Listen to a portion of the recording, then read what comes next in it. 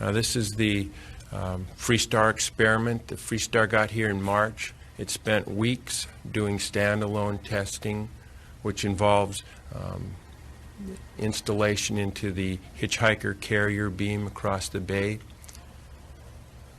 Several experiments are housed in canisters that are mounted to the hitchhiker carrier.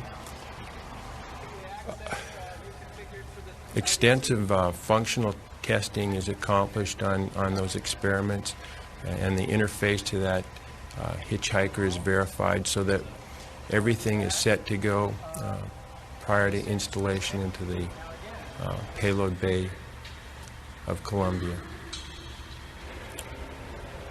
And here you see it being lowered into the payload bay.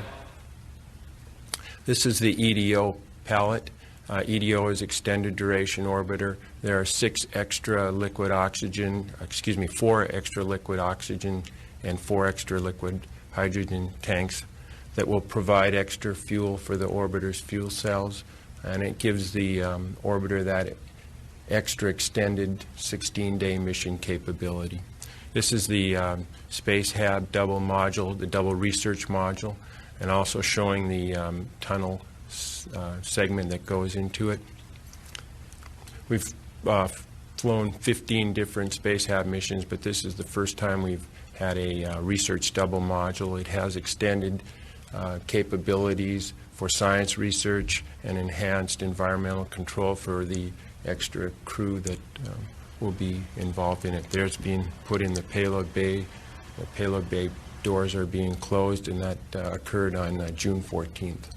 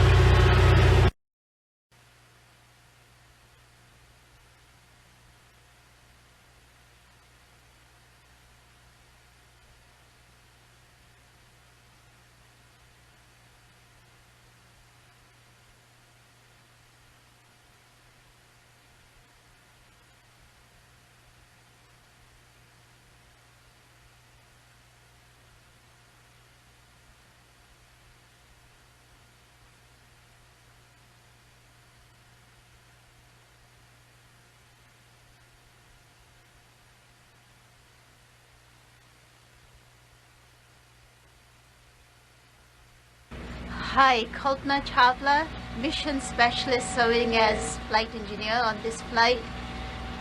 It has been a long road for us, but like Willie said, today though even it started as a rainy, gloomy day, but it was almost like the sun had finally shone at dusk time. So I'm very, very happy to be here. I think we are going to go. Ilan Ramon, happy to be here, finally. It was a pleasure to go the long way, 2.5 years, because of the great team, great crew, great trainers, great flight directors, great engineers. The route to the target is more important than the target. We are going to go for the target, but we enjoy the route as well. Happy to be here, and thank you.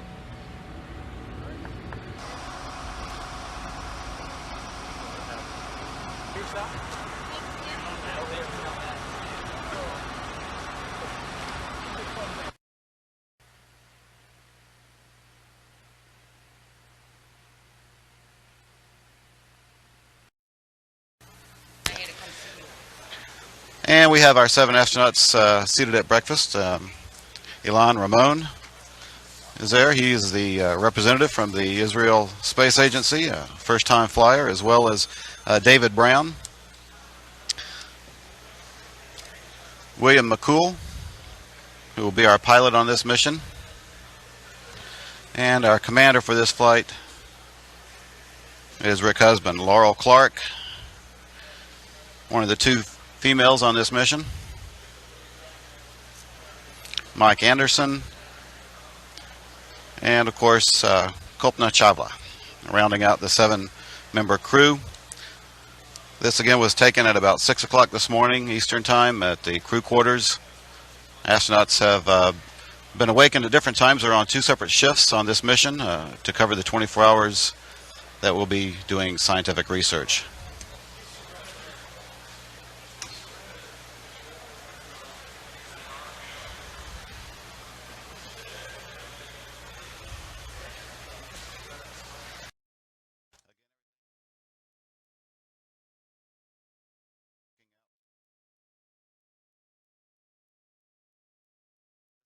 Crew coming out of their crew quarters as a unit on the 3rd floor of the operations and checkout building. All of our astronauts, of course, are now suited, and they are getting onto the elevator that will take them down to the ground floor and to the astronaut van, which is waiting for them.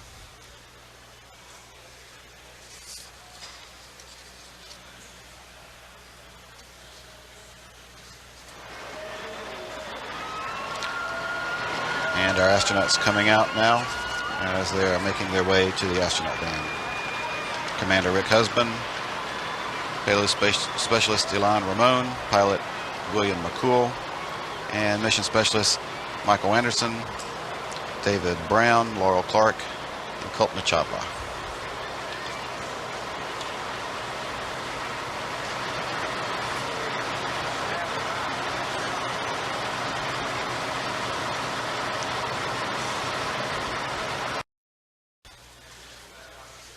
Commander Rick Husband, as he is currently in the White Room at the launch pad, making his preparations to enter the vehicle. And the NASA Test Director, Jeff Spalding, has given approval for the crew to begin entry into the vehicle. Again, the 7-member flight crew have arrived at the pad, and they are now in the process of entering the vehicle to occupy their assigned seats. Commander Rick Husband, the first to enter the orbiter, as is the tradition and the custom for the shuttle commander, and he will then be followed by his fellow crew members, each taking their seats in the orbiter's flight deck and on the orbiter's middeck. And we have a camera that is stationed on the flight deck, as we can watch the crew members climb into the vehicle and take their seats. Of course, for the next 2.5 hours prior to the opening of the window, once they're in their seats, they will be basically laying on their backs in a prone position, and you can see Husband climbing in, somewhat difficult, cramped quarters there. He has astronaut support people that are assisting him, and they will continue to assist him and the other crew members until they are all completely strapped in. Once they are strapped in, they will do voice checks. In fact, once they are hooked up to the comm system, they will begin those voice checks with ground controllers here at Kennedy Space Center, as well as mission controllers at Johnson Space Center. And next to enter the vehicle will be the astronaut representing the Israel Space Agency, Ilan Ramon. Ramon is a colonel in the Israeli Air Force. He received a Bachelor of Science degree from the University of Tel Aviv in 1987. Copy that. Let's go for orbiter access arm retract. CDR, OTC. OTC, CDR, go. Rick, from our crew to yours, best wishes on your international mission to explore the science, peace, and potential that only space travel can offer. Well, thank you very much, Ray, and thanks for all the great work from your team and all the other folks here.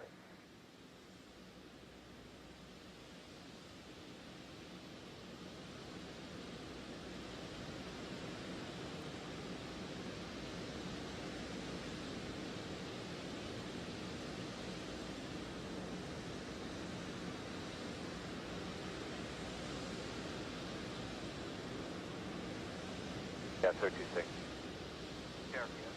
Start APU strip shot recorders.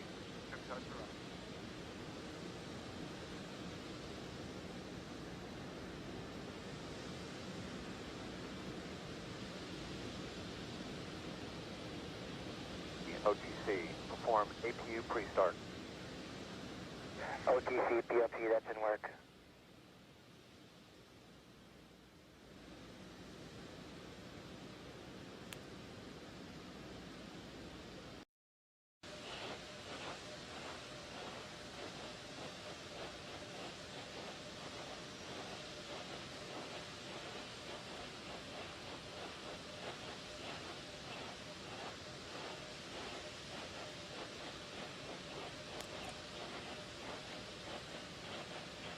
Columbia, for the flight crew, close and lock your visors and initiate O2 flow.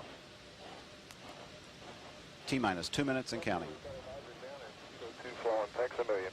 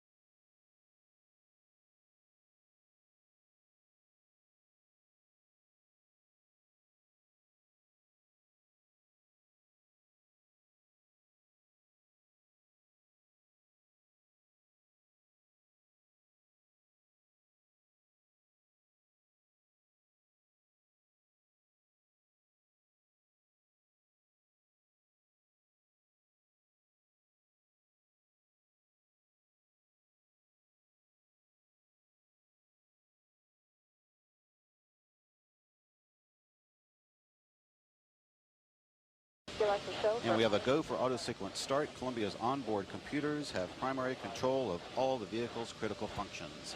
T-minus 20 seconds and counting.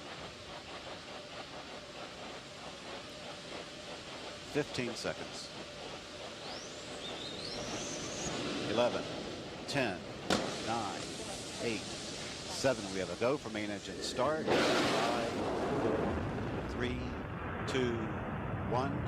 We have booster ignition and liftoff of Space Shuttle Columbia with a multitude of national and international space research experiments. Houston now controlling the flight of Columbia, the international research mission finally underway. Roger, roll, Columbia. Columbia now rolling on to the proper azimuth for a 39-degree inclination to orbit. Shuttle in a heads-down, wings level position for the 8.5-minute ride to orbit. 30 seconds into the flight, the 3 liquid fuel main engines beginning to throttle back in a 3-step fashion to 72% of rated performance, reducing the stress on the shuttle as it breaks through the sound barrier.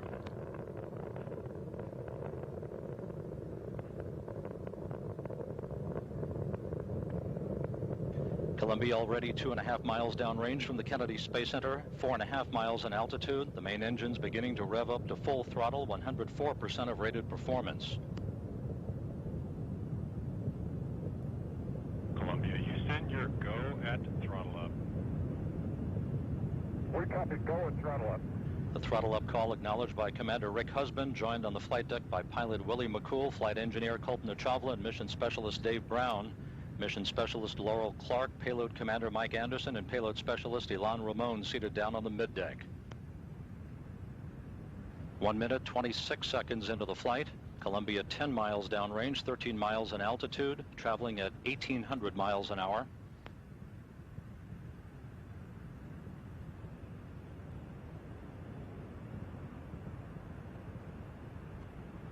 It's away from solid rocket booster separation, everything looking good on board Columbia.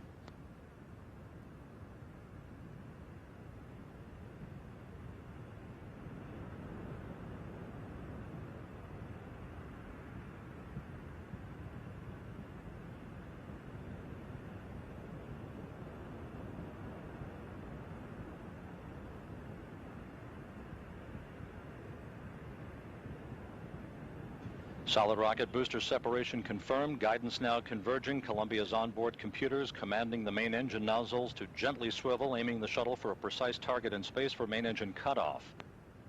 Columbia now 43 miles downrange, 35 miles in altitude, traveling 3,200 miles an hour. The propulsion officer and mission control reporting that the orbital maneuvering system engines have ignited, providing Columbia with a boost uphill for the next 90 seconds.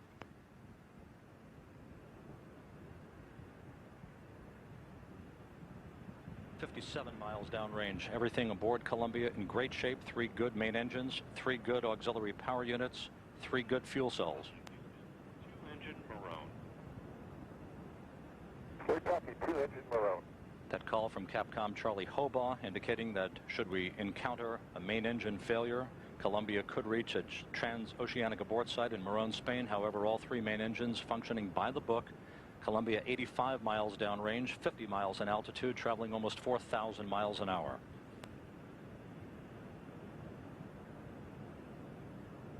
Columbia's 3 main engines draining a half a ton of fuel per second from the shuttle's large external fuel tank. Those 3 main engines operating normally.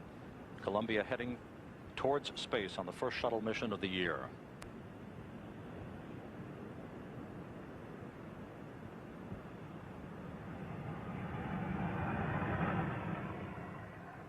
We're coming up on the point of negative return, where the shuttle will be too far downrange and too high in altitude to return to the launch site in the event of an engine failure.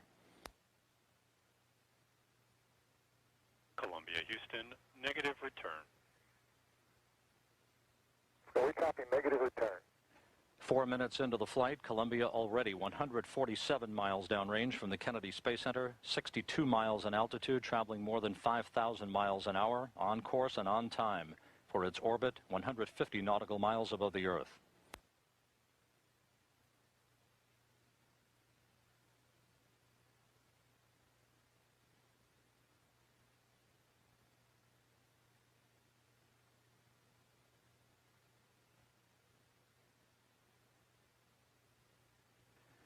all quiet here in the flight control room.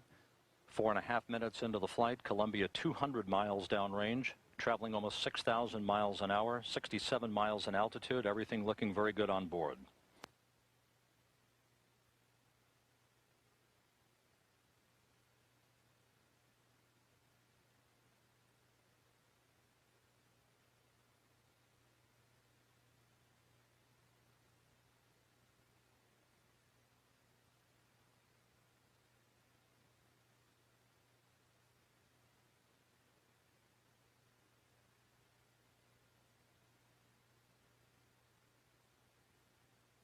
Columbia, Houston, press to ATO.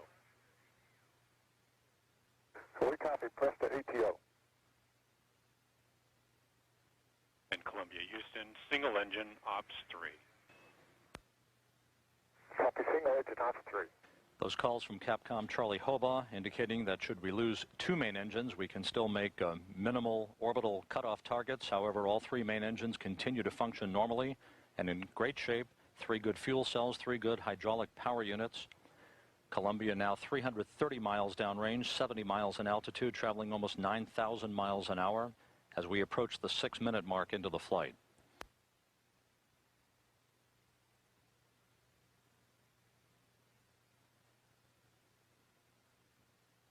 Columbia, Houston, press to MECO and single engine Marone 104. Copy, press to MECO and single engine Marone 104. Columbia's computers now commanding the main engines to swivel again, enabling the shuttle to roll to a heads-up position above its large fuel tank, gaining more favorable communications through the tracking and data relay satellite system as it heads uphill. 6.5 minutes into the flight, Columbia 440 miles downrange, traveling more than 10,000 miles an hour. Gravity forces beginning to pick up for the crew on board. Those gravity forces will be limited to 3 Gs as we approach the point about 1 minute before main engine cutoff.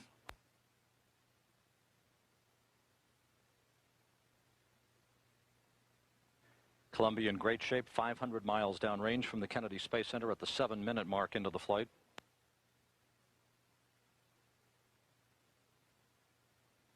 Columbia, Houston, single engine press 104, and we're expecting a nominal shutdown on all 3 engines. Okay, we copy, single engine press 104, nominal shutdown. Columbia's main engines are starting to throttle down to limit the stress on the shuttle and its 7 crew members to that of 3 times the effective gravity. Columbia 620 miles downrange, less than a minute away from main engine cutoff.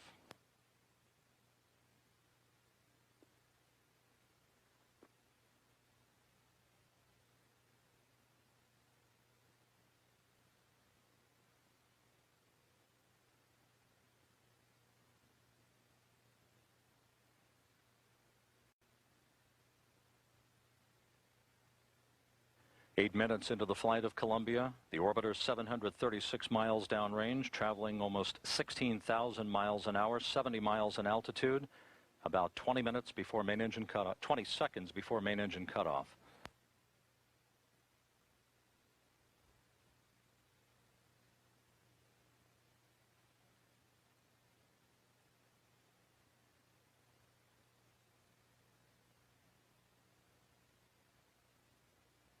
The booster officer reports a nominal main engine cutoff, a perfect ascent to orbit for Columbia, standing by for external tank separation.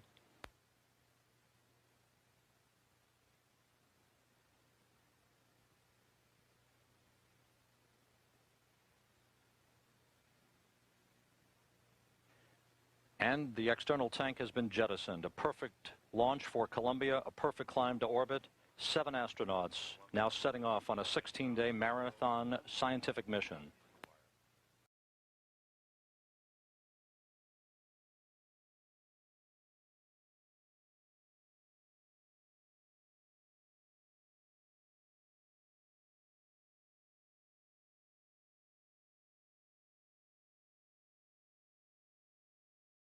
We are on the flight deck just prior to liftoff, and there's liftoff.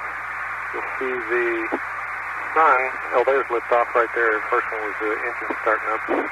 see the roll program here as the sun kind of shines through the cockpit. Right there, the orbiter is going through its roll maneuver, roll program, and the vehicle just flew beautifully. We had a great ride. We had brilliant sunshine coming in through the windows in the front, and it was just a fantastic ride all the way up. Some people have said that sometimes Columbia, they have to do a lot of work on it on the ground, but when it gets in space, it just does wonderful, and we think that's because she just loves to be in space, because we've got a great big vehicle right now, and we're really enjoying it. As you can see down the lower left, there's Mike Anderson coming up from the middeck, preparing for the ET photo that we're going to do once we pitch the orbiter up, and Dave Brown, there on the right, is getting out of his seat and getting his seat prepared to take some video of the external tank.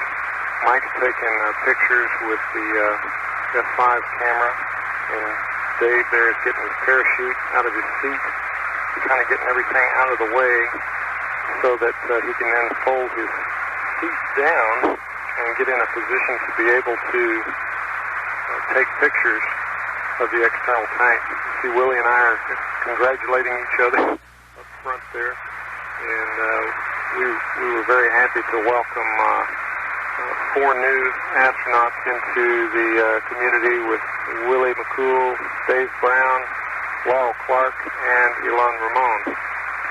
So you can see Dave getting all squared away and ready. Mike handed him the video recorder, and Mike comes on up into the cockpit to get himself into position to take those photos. You can see with the launch and entry suit on that it's a bit of a challenge coming up and maneuvering and everything, but they're able to get in position anyway. Dave's making sure he's got all of his settings correct on the camera here, and then getting ready to take a look outside the window and film that external tank. We've got some clips of the external tank coming up here shortly. There's a good shot of the external tank just shortly after we pitched up, and we're looking at it through the overhead windows of the orbiter, as you saw Dave and Mike getting ready to do earlier. And you can see every once in a while some ice particles that are floating across the screen. And here now with some of the contrast in the clouds, you get a sense of the kind of speed that we're going here after MECO. Meanwhile, inside the cockpit, Kalpana Chawla, MS-2, is busy helping myself and Willie get all of the checklist items done before we can get ourselves set up for the OMS-2 burn. And here you can see inside the cockpit, just prior to OMS-2 ignition, you'll see right there is where we got the ignition. And here in just a minute, I'll hold my key card up and let go of it to give you an idea of the kind of acceleration we're experiencing at that point. We're on the dark side of the Earth right here in the night portion of the path. There goes the key card floating back.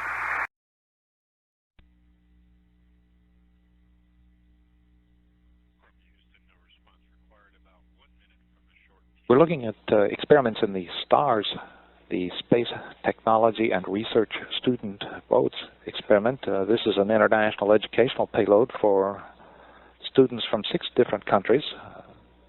Develop biological experiments in order to promote an interest in scientific careers.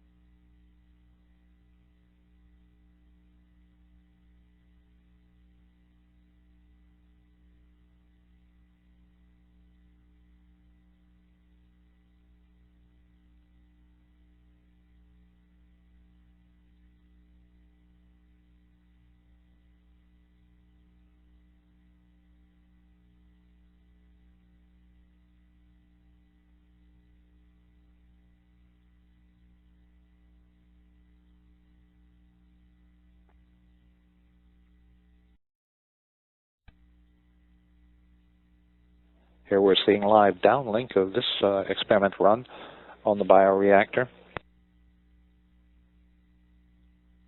The bioreactor, as you perhaps can see on this live downlink on NASA television,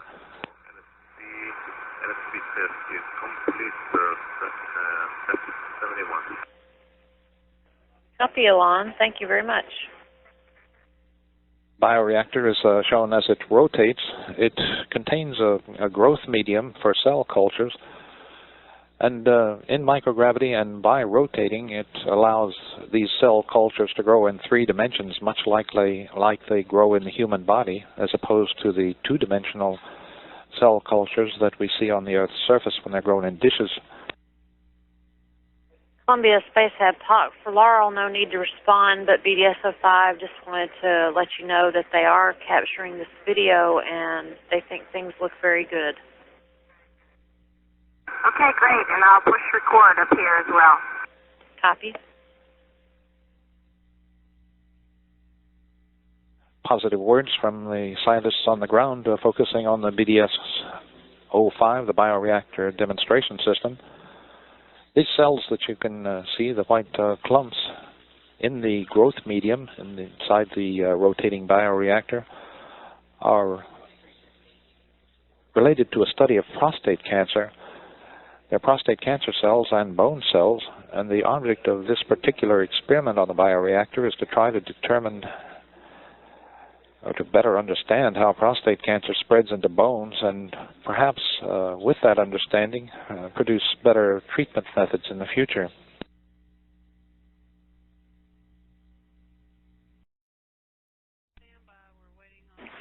Prime Minister. Ilan, shalom to you. Shalom to you, Mr. Prime Minister. 5 days ago, just the evening before, היינו מאוד נרגשים, שרת החינוך ואני, והייתה לנו הזכות לדבר איתך. עכשיו, כשאנחנו רואים אותך שם, אנחנו נרגשים עוד יותר. אני חושב שאני נרגש לא פחות מכם, בוודאי, לשוחח איתך, אדוני ראש הממשלה, ועם שרת החינוך, אבל במיוחד לשוחח אתכם מכאן, מהחלל. הייתי לדעת מה אתה רואה שם. What can you see from there that we can't see from here? אני אספר לך, I will tell you מה שרואים מכאן, זה באמת that what we can see from here is amazing.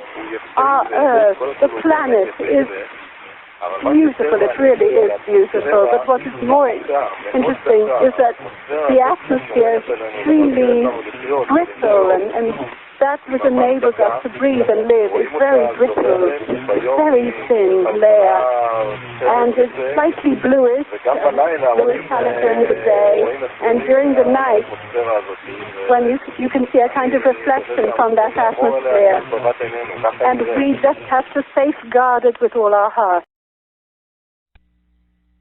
This is Mission Control Houston, now with a live view inside the SpaceHab Research Double Module.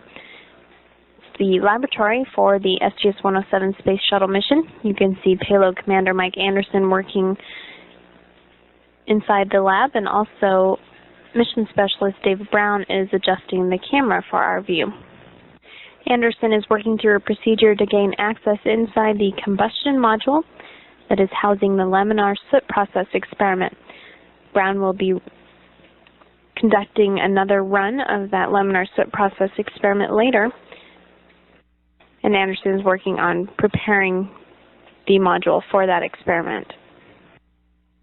The combustion module 2 provides experiment control, containment, diagnostics, and communications for on-orbit fire-related experiments. Currently, the hardware for the laminar soot process experiment is placed inside the module. Later during the flight, 2 other experiments will be put inside the combustion module for runs with those experiments.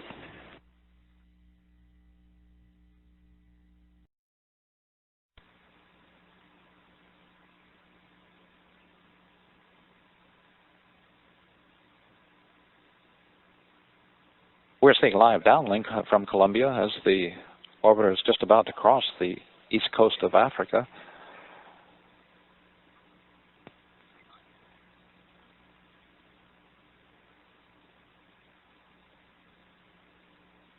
These are shots from a Payload Bay camera coming down digitally. And we're seeing a cloud-covered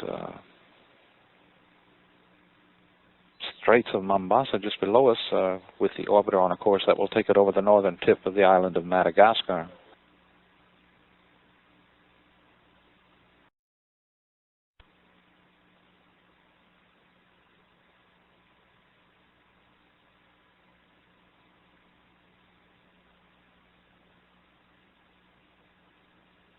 This is Mission Control Houston, continuing to watch video switch between the 6 international student payloads aboard the Space Shuttle Columbia. The Space Technology and Research Students payload is located in a shuttle mid-deck locker inside the SpaceHab module. It includes the international educational payloads that students from 6 different countries developed.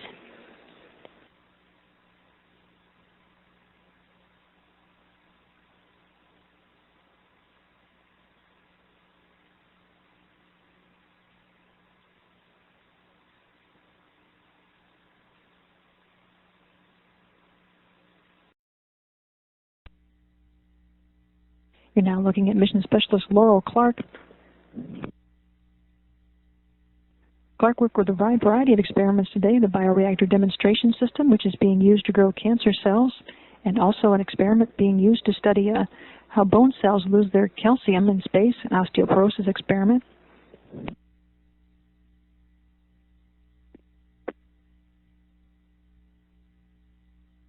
Clark working at this point with one of the video cameras. Clark also did some work with the vapor compression distillation experiment that will eventually be used aboard the International Space Station to turn urine and wastewater into potable water, as well as working with the astroculture growth chamber.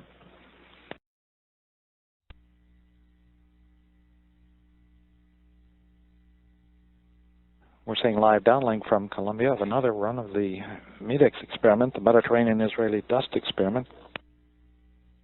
This run's being done over the Mediterranean Sea, and it's looking for dust particulates, aerosols, in the atmosphere produced by dust storms over the Sahara Desert.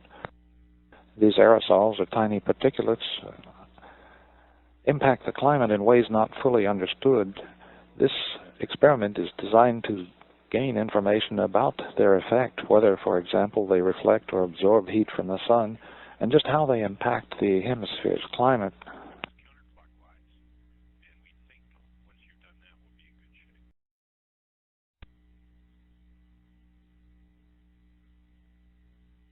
And now we have a live downlink from the SpaceHab Double Research Module in Columbia's cargo bay. This is submission or Israeli payload specialist Ilan Ramon on the right.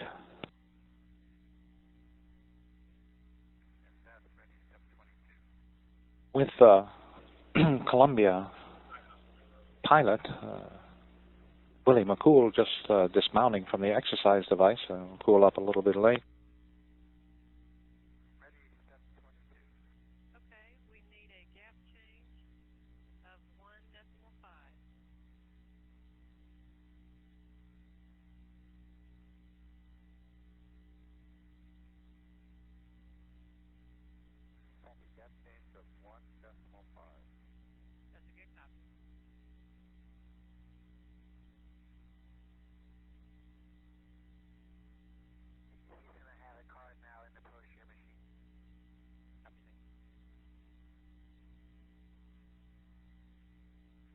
Work in this video, coming down to us now from Columbia, involves the ARMS experiment, the Advanced Respiratory Monitoring System, a European Space Agency series of experiments looking at changes in the body in response to the zero-gravity environment. Mission Specialist Kalpana Chawla here in the right part of your picture. She's been working with the softball experiment.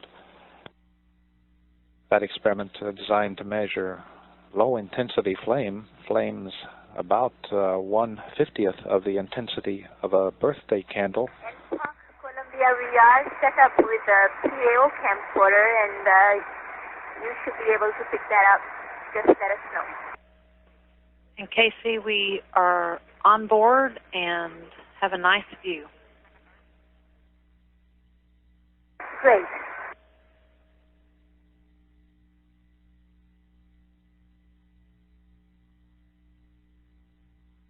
And from Columbia, we'll go ahead and begin the softball test sequence, if that's okay, and hold when we are supposed to. That's affirmative.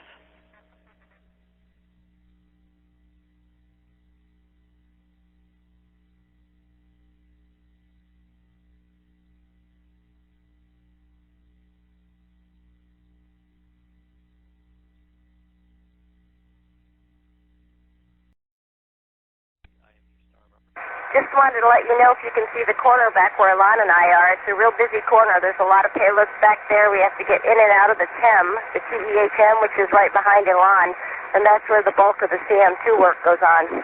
So that's a busy little corner. Thanks for orienting us there, Laurel. Appreciate it.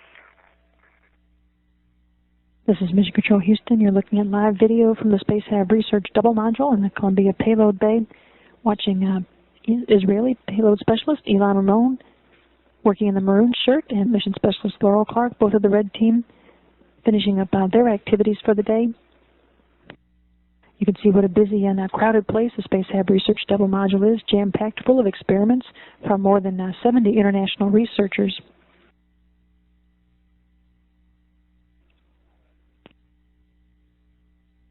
In Houston, Columbia. Go ahead. Yeah, are you guys still in the module? I don't know. It depends on what you're going to do. We're with you. Okay. Well, Ilan just reoriented the camera so you can see the part of the forward SpaceHab module where we do the arms runs. Dave spent all day yesterday doing that, and Ilan did the same today. Mike will spend the bulk of his day doing that today, and I get to do it tomorrow. It's a great little setup over here in the corner. Great, Laurel. Thanks again for showing us around.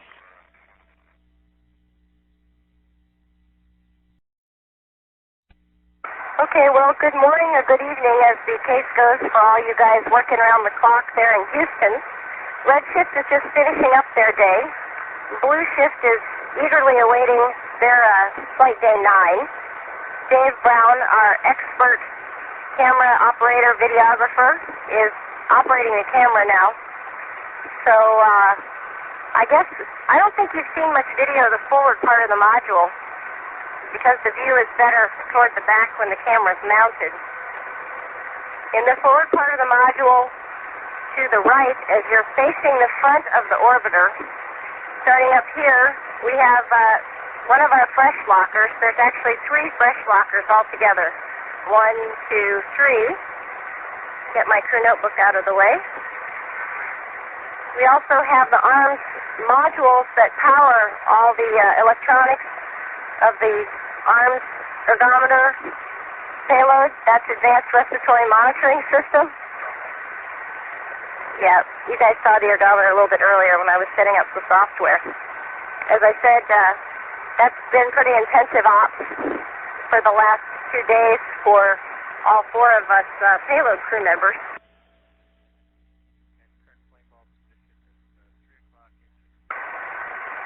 Let me see. Anyway, this is all the arms hardware over here. You can see there's a bag where we had the ergometer for launch over here. Can't see it. Okay. And working our way up here, again, we're on the forward bulkhead of the SpaceHab module. Okay, sorry.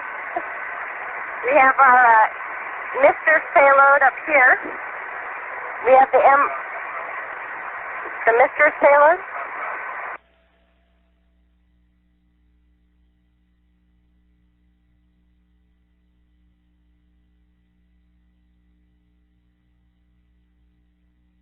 up some of our electronic data management system here.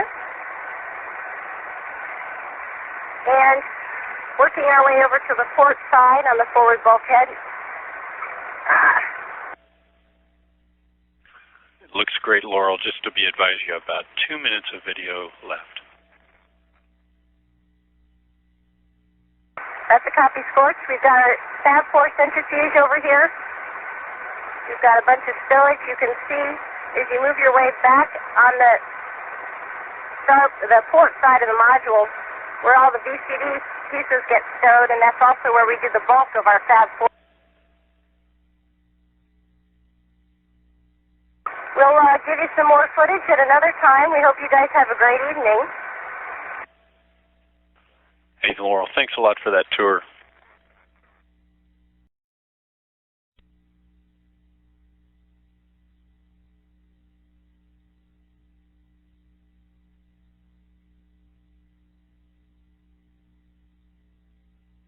Columbia traveling at about 5 miles a second, now moving out over the southern coast of Spain, out over the Mediterranean. This ground track will take it down across northern Africa. Now we're beginning to see some downlink from the MEIDEX experiment as this data take is underway. In this ground track, we'll take the orbiter down over northern Africa, roughly paralleling the Mediterranean coast, then moving down across Libya, across the Sudan, and then out across the Red Sea. We'll just cross the base of the Horn of Africa before moving out over the Indian Ocean.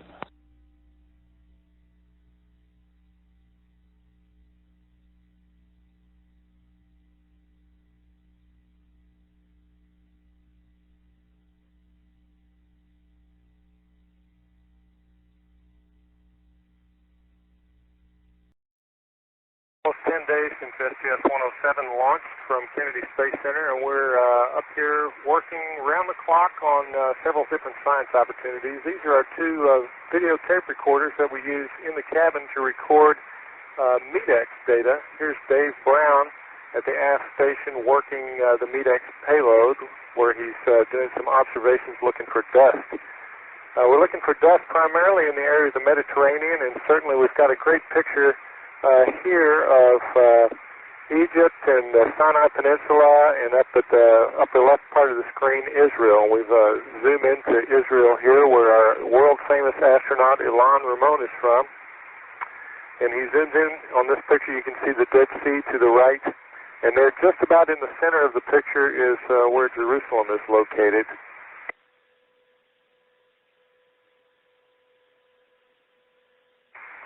As we back out, you get a good shot of the Red Sea down on the lower right part of the picture.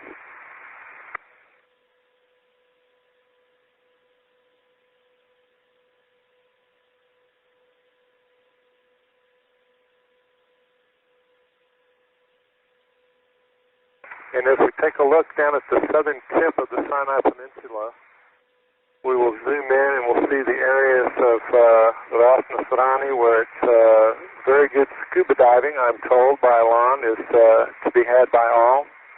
And as we work our way up the coast here, we'll see the area where Sharm el-Sheikh is located, and as we work up to the north end, we see where Eilat is located, the southernmost city in Israel.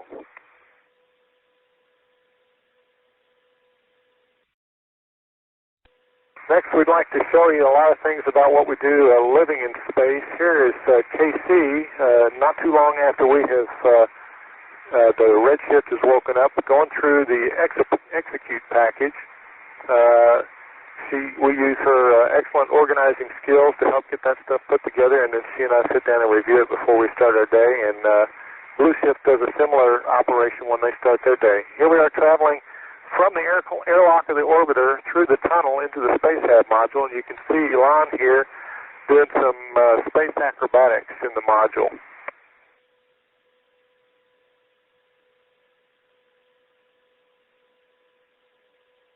And I think the cameraman did a few as well.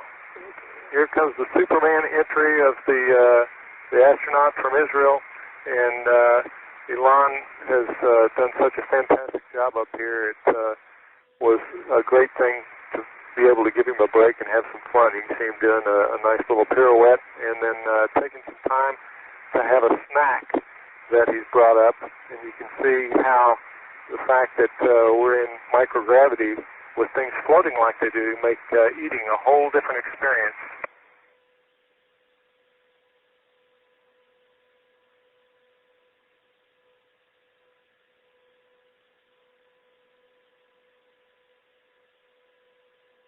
Additionally, here comes Willie McCool, the pilot of STS-107, coming into the module. He's here to do some house cleaning duties, and we have both in the module and in the orbiter trash bags that we have to empty out every day. And here we'll see Willie as he removes the dry trash from the bag back there in the SpaceHab. And after he gets that trash bag out, he'll be turning into a human trash compactor to roll that bag of trash up into a ball that's small enough for us to put in our trash storage area.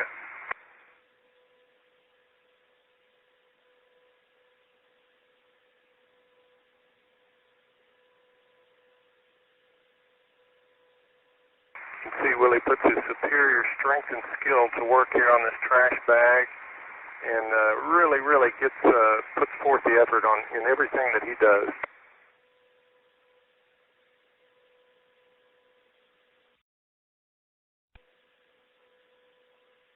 So we get the thing down compacted about the size of a football, and then we use the probably one of the most important things that we have in space, and that's gray tape, without which we would be just about lost from the standpoint of living.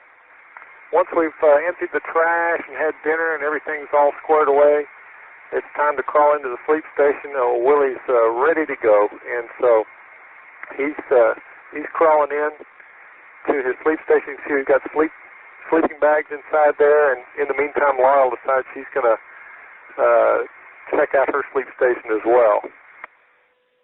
Inside those sleep stations, we've got some pockets on the far side that we can put clothing or books or anything we need. We've got a light in there that we can use to see what's going on. We've got some straps on the sleeping bags that allow us to kind of hold ourselves in place. You can see Willie there's got his head strapped to his pillow so he can feel like he's laying in bed at night ready to get a good night's rest.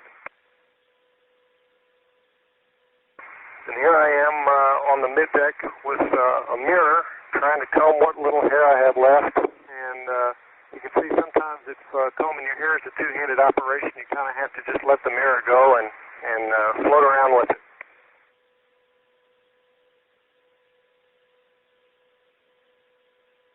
Here KC is preparing breakfast at our galley. We have what's called a rehydration station. That's just a fancy way of saying that you're going to put some water into this dried food and get the moisture back into it again. We've got these vacuum-packed plastic bags that the food is sealed in. This looks like she's got some granola with blueberries here that she's preparing for breakfast. Once we let the water soak back into the food for 5 to 10 minutes, then you can cut the package open with a pair of scissors and then eat it with a spoon usually. Now here we have the red shift and the blue shift all on the middeck during our handover before the blue shift goes off duty and the red shift starts their day. And what we do is we try and pass on what we've learned from the previous shift and what the status of the various payloads is.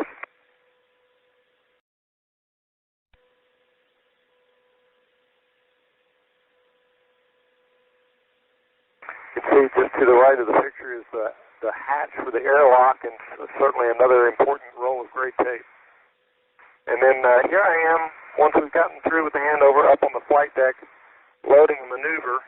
During this flight, we have in excess of 250 maneuvers that we're doing for the various payloads. And our hat is off to Andy Lawlett and his team. He's our pointer who's come up with the attitude timeline for our flight. And he and the FAO Terry Schneider and their team have just done a fantastic job coordinating all the different payload activities and the attitude requirements and such. Here's Dave having the last snack on the mid-deck before he gets ready for bed. And you can see the scissors, and he's having some dried pears for his snack. Additionally, one of the things that we have to do is to change out the what these are called lithium hydroxide canisters. And what these do is they remove carbon dioxide from the atmosphere. So we have kind of a closed environment here. We've got fans that move the air around. And every day, Willie takes these canisters and changes them out with the previous day's canisters so that we can make sure that we keep the air in here at a nice breathable level for everybody. This location is in the mid-deck floor where the LIO canisters are located. We turn off the cabin fan to stop the airflow, swap out the cans, make sure that the doors are good and locked, and we turn the cabin fan back on to start the air circulation again. And one of the things we get to do that's very enjoyable is look out the window. Here's a beautiful view of the Earth as we come and make landfall over the continent of Africa in the vicinity of Morroco. You can see the Atlas Mountains there about the middle of the picture. And as we coast on past those, you see the beautiful desert scenes that we get from northern Africa and the Sahara area. And we'd like to thank you all very much for all the support that we've gotten and all your interest in the flight and all the great work from the folks on the ground. And this will conclude the crew choice of STS-107. And this now live video from inside the combustion module looking at the flame balls that Payload Commander Mike Anderson has ignited. And that's for CM2. This is a tough one. We think we got a whole control room full of flame balls here, so we're going to call this the Orbit 2 flame ball crowd. We copy, Dave. We can get all those flame balls named in the mission summary that we send up. Okay, the lead flame ball is named Kelly, though. Obviously. And Mission Specialist David Brown continuing the tradition to name some of the flame balls inside the combustion module, naming it after the Orbit Team 2 flight controllers here in the Space Shuttle Flight Control Room. Flight Director tonight is Kelly Beck, and the spacecraft communicator is Stephanie Wilson. This experiment burns extremely lean fuel-air mixtures that are near the lower limit of combustion. This so-called lean burning is better for the environment, but lean mixtures also lead to engine misfiring and rough operations. So the scientists are studying this experiment to hopefully gain more and better information about lean combustion to lead to designing car engines with better fuel efficiency and reduced emissions. This image is being provided by a camera with an image intensifier because the flame balls are invisible to the eye. They're being viewed in this combustion module in the dark with this special camera so that they can be captured. Data from this experiment may also be used to protect future spacecraft from fire by determining flammability limits in microgravity. And it also might provide a better understanding of premixed gas explosions in confined spaces, such as those that occur in underground mines.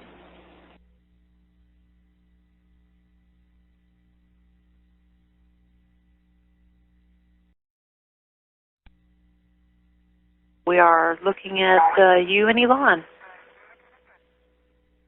Oh, great. And if you like, we can show you some of the connections for which Antil's heart is probably beating very fast right now.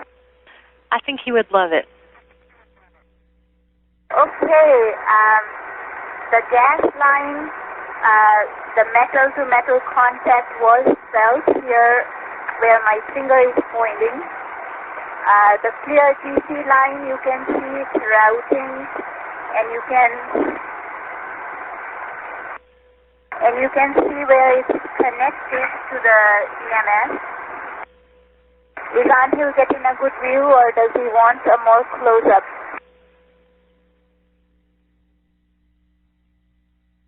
And I'm told that they are getting a beautiful view.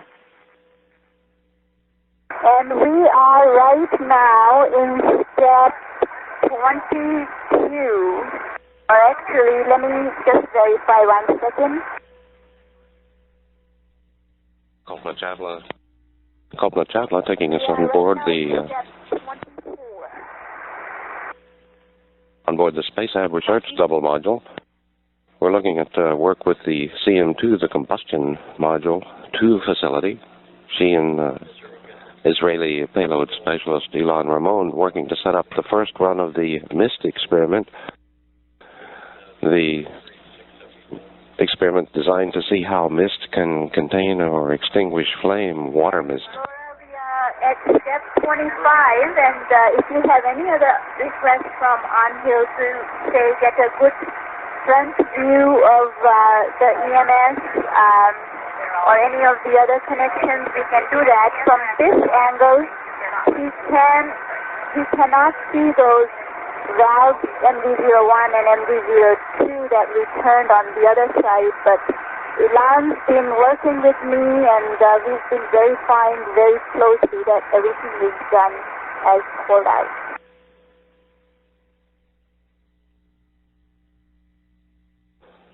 The MIST experiment is the last of 3 flame-related experiments to be conducted in this combustion module 2 facility. On hill, and he said everything looks beautiful, and just proceed.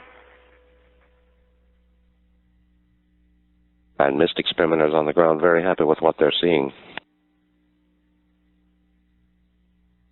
We're seeing mission specialist Laurel Clark in the center of your screen. On hill, everybody here knows on hill. And Columbia Commander Rick Husband with the camera.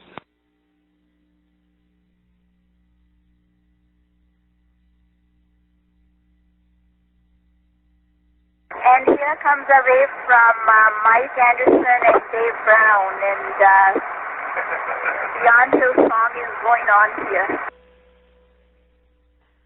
And on hill says to send you all a big hug.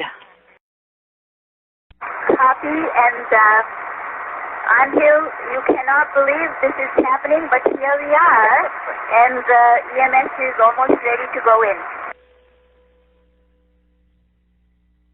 A moment ago, we were seeing Dave Brown and Mike Anderson, the mission specialists from the blue team. Now we're back with Ilan Ramon, the Israeli payload specialist, and Kalpana Chawla, the mission specialist of Columbia, working with the CM2, the combustion module 2 facility, getting ready for the first run of the MIST experiment.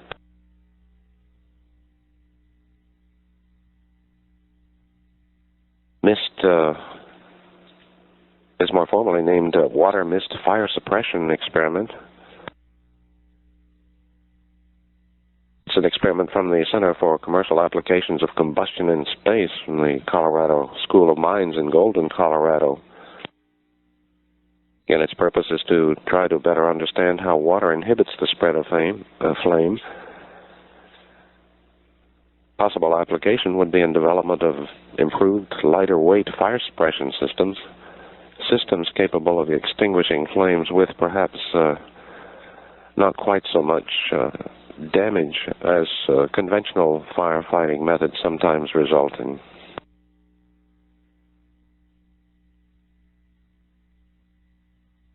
Such systems also are believed to have potential space-based applications, and they wouldn't require ozone-damaging chemicals like halons.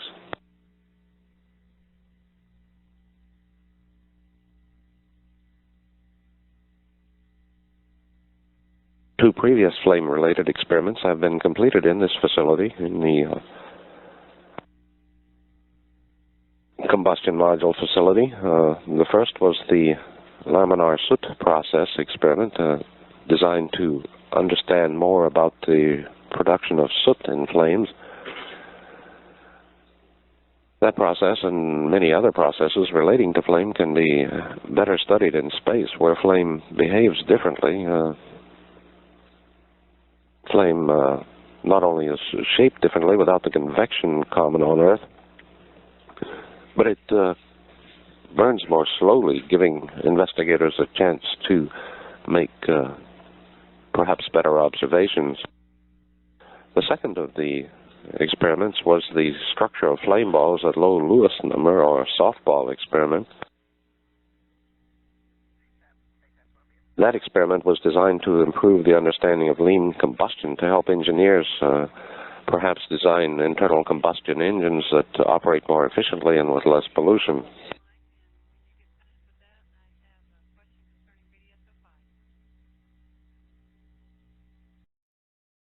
Good morning, Houston, and that's a wonderful song. Made us up another wonderful day in space. And just like to thank my wife and my two kids for all their support for this flight. And we're ready to get busy on another day in orbit. Thank you. Camera in Columbia's payload bay, just looking down over the Houston area as the spacecraft completes a run over the southeast Texas coast.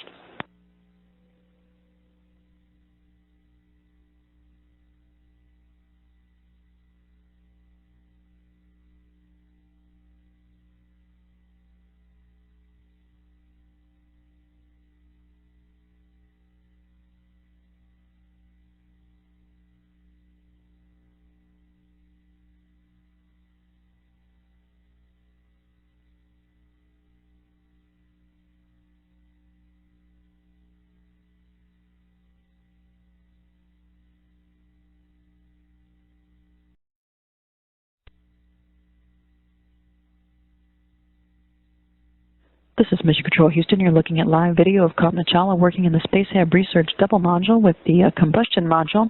She's working on a procedure to try and get the MIST experiment back online.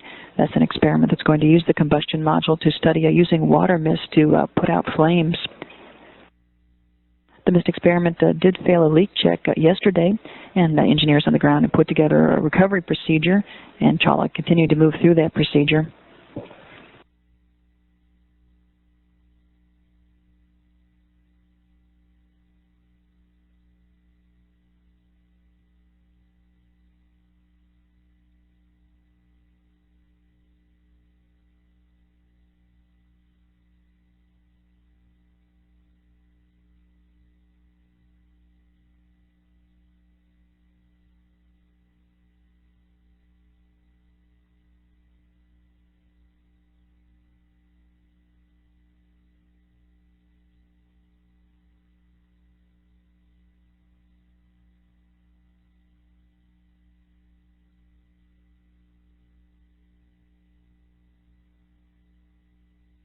Chawla pulling out the experiment mounting structure, or EMS, from the combustion module. This, again, part of the procedure to try and recover the MIST experiment that's going to be using the combustion module.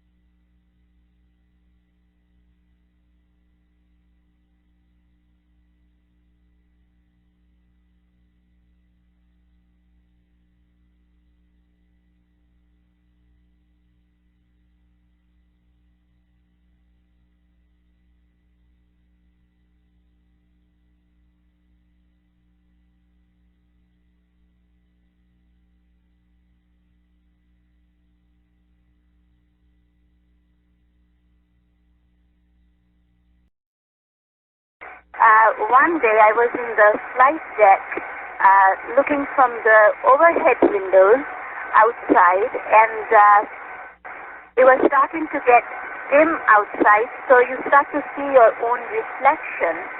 And there is the Earth's limb outside. You can still see the Earth's surface and the dark sky overhead. And I could then see my reflection in the window, and in the retina of my eye, the whole Earth and the sky could be seen reflected. So I called all the crew members one by one, and they saw it, and everybody said, "Oh, wow." Here KC is showing us one of the food trays. These food trays have got 3 meals per tray for 4 people. So this is the redshift meal tray that KC has gotten out, and our undying appreciation goes to the folks who pack and manifest all the food for us so that we have these great meals up here.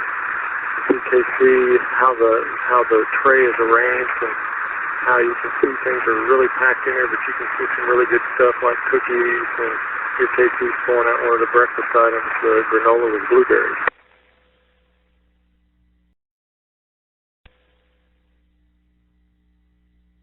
You can see right here on the left side of the mid-deck, we've got the galley. We've got the printer there where we print out all our messages that get sent up to us from the ground. And then behind this door, we have the WCS, otherwise known as the bathroom, because this is where we go for our daily hygiene.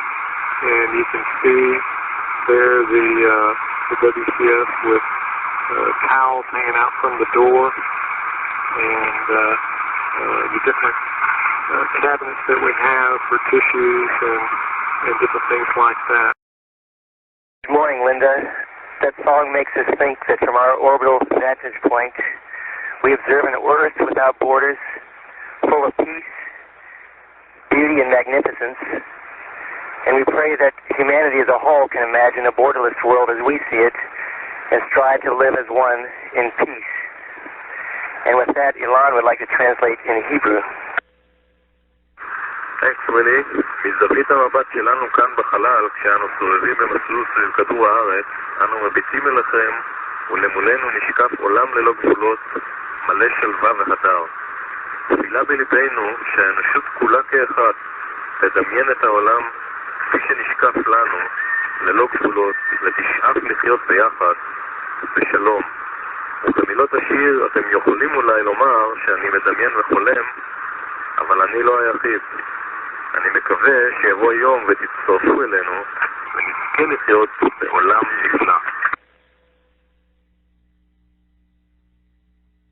Well, to Willie and your team, we appreciate all those words, and we wish that everyone down here could have your view of the world that you're seeing from space.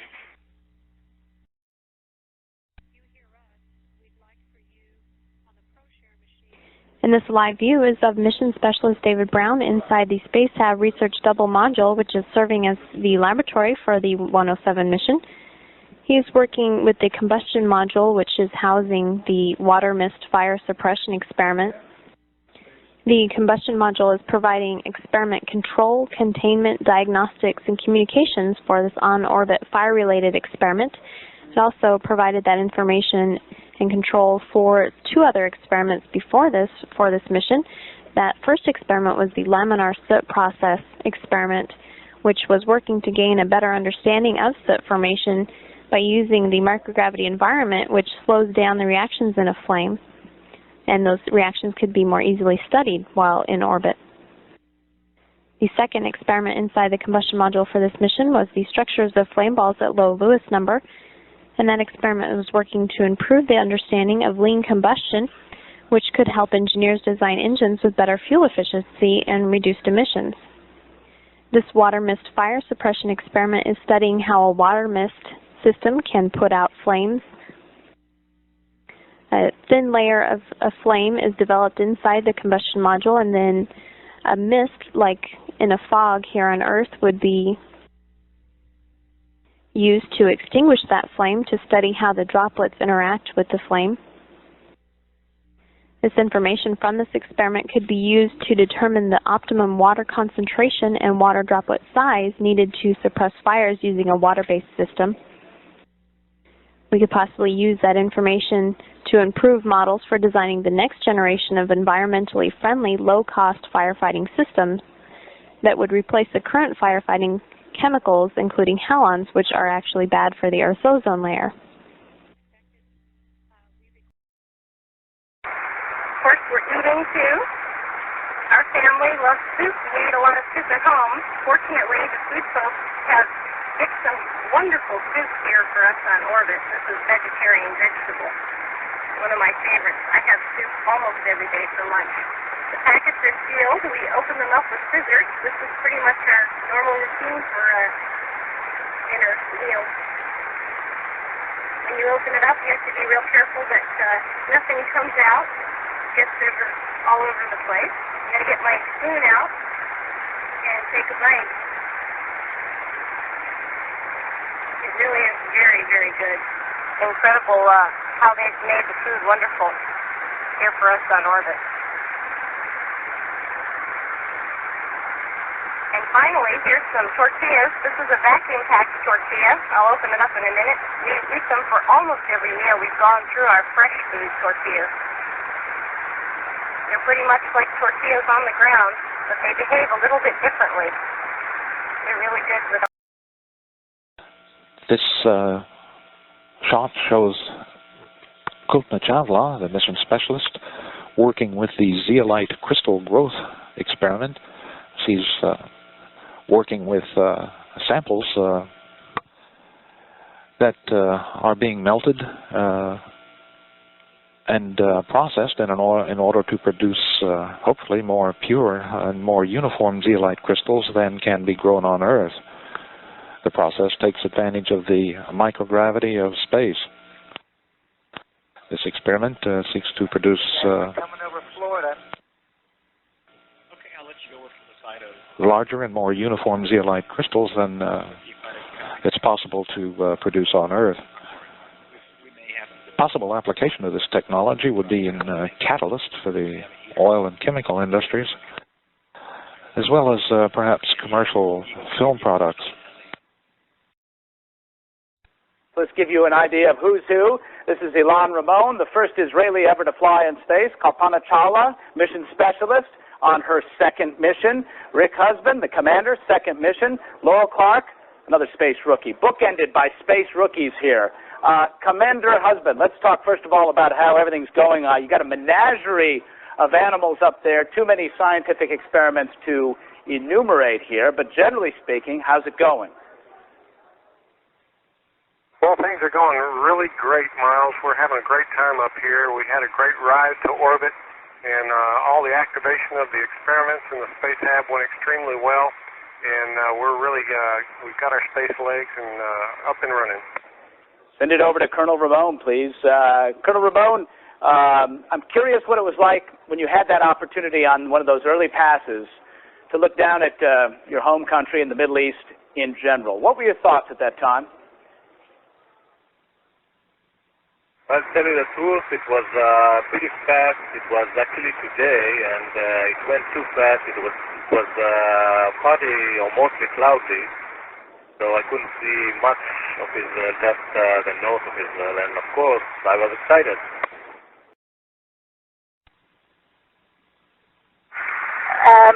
You can see Rick Husband here in SpaceHab, the double research module. He's working on activating the water loop.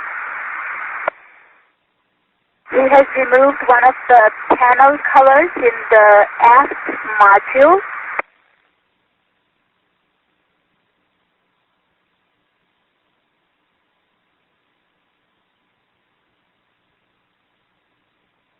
And you can see how he's got his feet hooked under the longitudinal rail there to keep himself stable while he's doing operations in microgravity. And Laurel Clark is working on the bioreactor experiment. We are growing prostate cancer cells in the bioreactor. You can see Laurel working with the computer interface for the same experiment, trying to keep herself stable in the foot loop that we use on orbit. This study is being originated from Johnson Space Center, and the idea is to be able to grow bigger cells in space and thus be able to differentiate them better. Laurel is performing an analysis of the constituents of the media that is used to feed these cells. Good morning, everybody. This is Willie on our ergometer on the flight deck. He loves to exercise, as you can see. This view is one of the most outstanding ones that we've had during our time up here. It's a pass over Saudi Arabia and the Persian Gulf.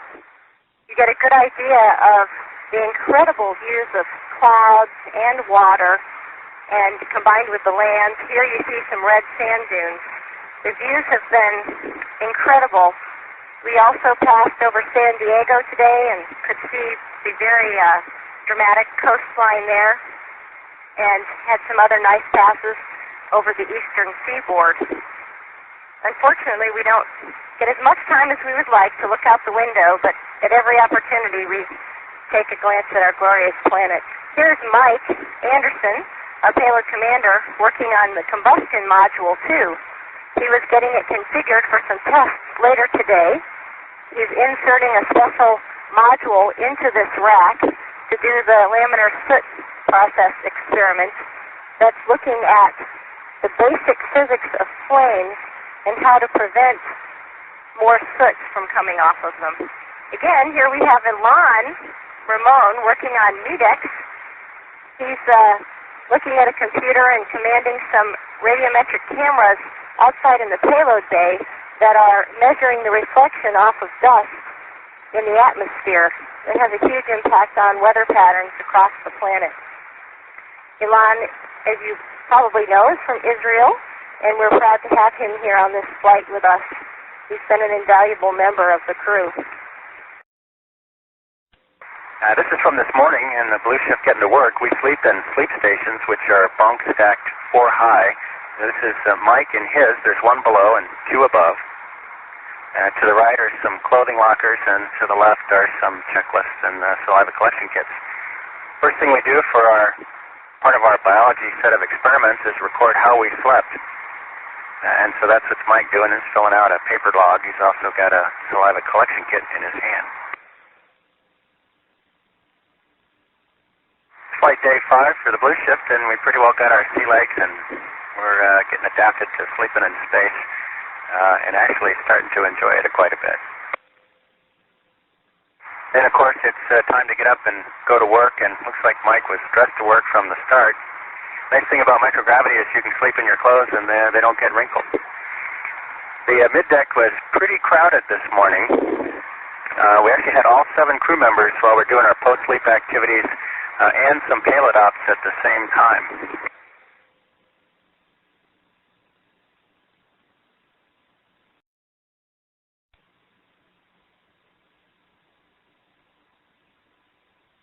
This flame is contained in a sealed cylinder. It's about 4 feet long by 3 feet in diameter, and we change out the hardware for each of the 3 major experiments in combustion module 2. The experiments run with a laptop computer, which you can see Casey working on. Here's her checklist, and we trained over the last 2 years on how to do these particular procedures, and so far all that training has really paid off.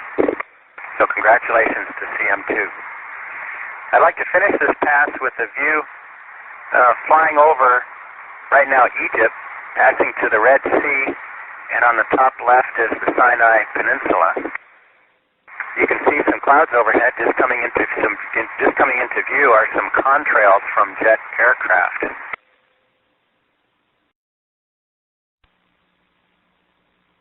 This is Mission Control Houston. We're back with live coverage of the STS-107 science mission of Columbia.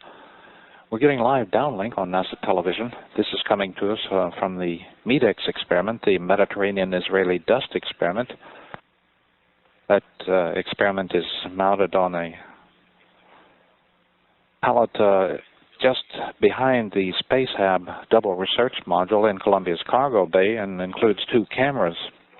We're seeing an image of the moon from one of those cameras, the almost full moon, during this data take.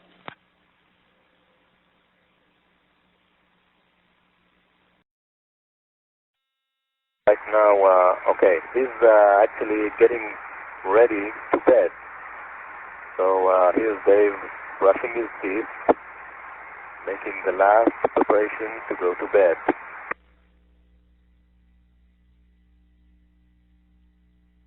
And here's the proof base floating there.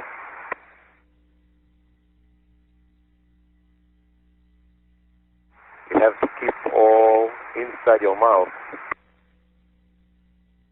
And here's Dave getting into his bunk to sleep. That's the bunk we use for sleeping. We have sleeping bags inside, and bye-bye Dave, good night. Closing the door because we operate 24 hours a day and we have to continue to operate. And now we're watching Laurel Clark in her BDS-05 bioreactor development system, which is actually prostate cancer research of the University of Virginia of Professor Ilan Ramon. And Laurel actually is transferring fixation to the cells right now.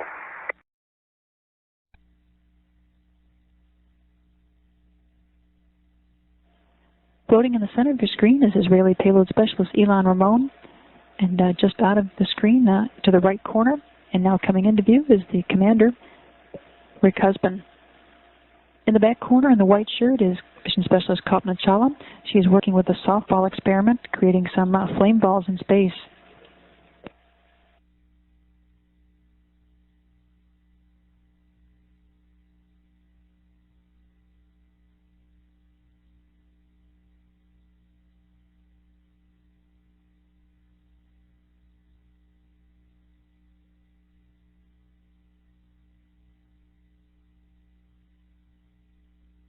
You can see another view here of Kalpana Chawla, again working with the combustion module there in that corner, working on the second of 3 experiments that are going to be done in the combustion module during the 107 mission.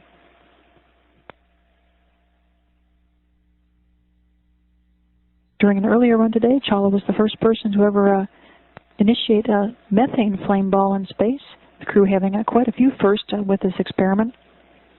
They set a new record for how long a flame ball could burn of 1,200 seconds the day before yesterday with Dave Brown.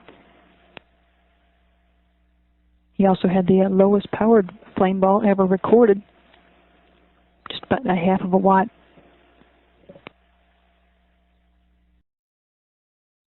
And back to the start experiment. This is a student educational experiment, and here we're looking at silkworms. And it's hard to see, but we have one that hatched actually, and it's a butterfly there, and the silkworms are from China. On this experiment we have actually 6 experiments. The silkworms come from China. We have a medaka fish from Japan. We have bees from Liechtenstein. We have the chemical garden from Israel. And we have spiders from Australia, and we have a space biosphere from the US. It's a great educational experiment, and it influence and inspire students all over the world. Here I'm trying to capture some of the web of the spiders from Australia.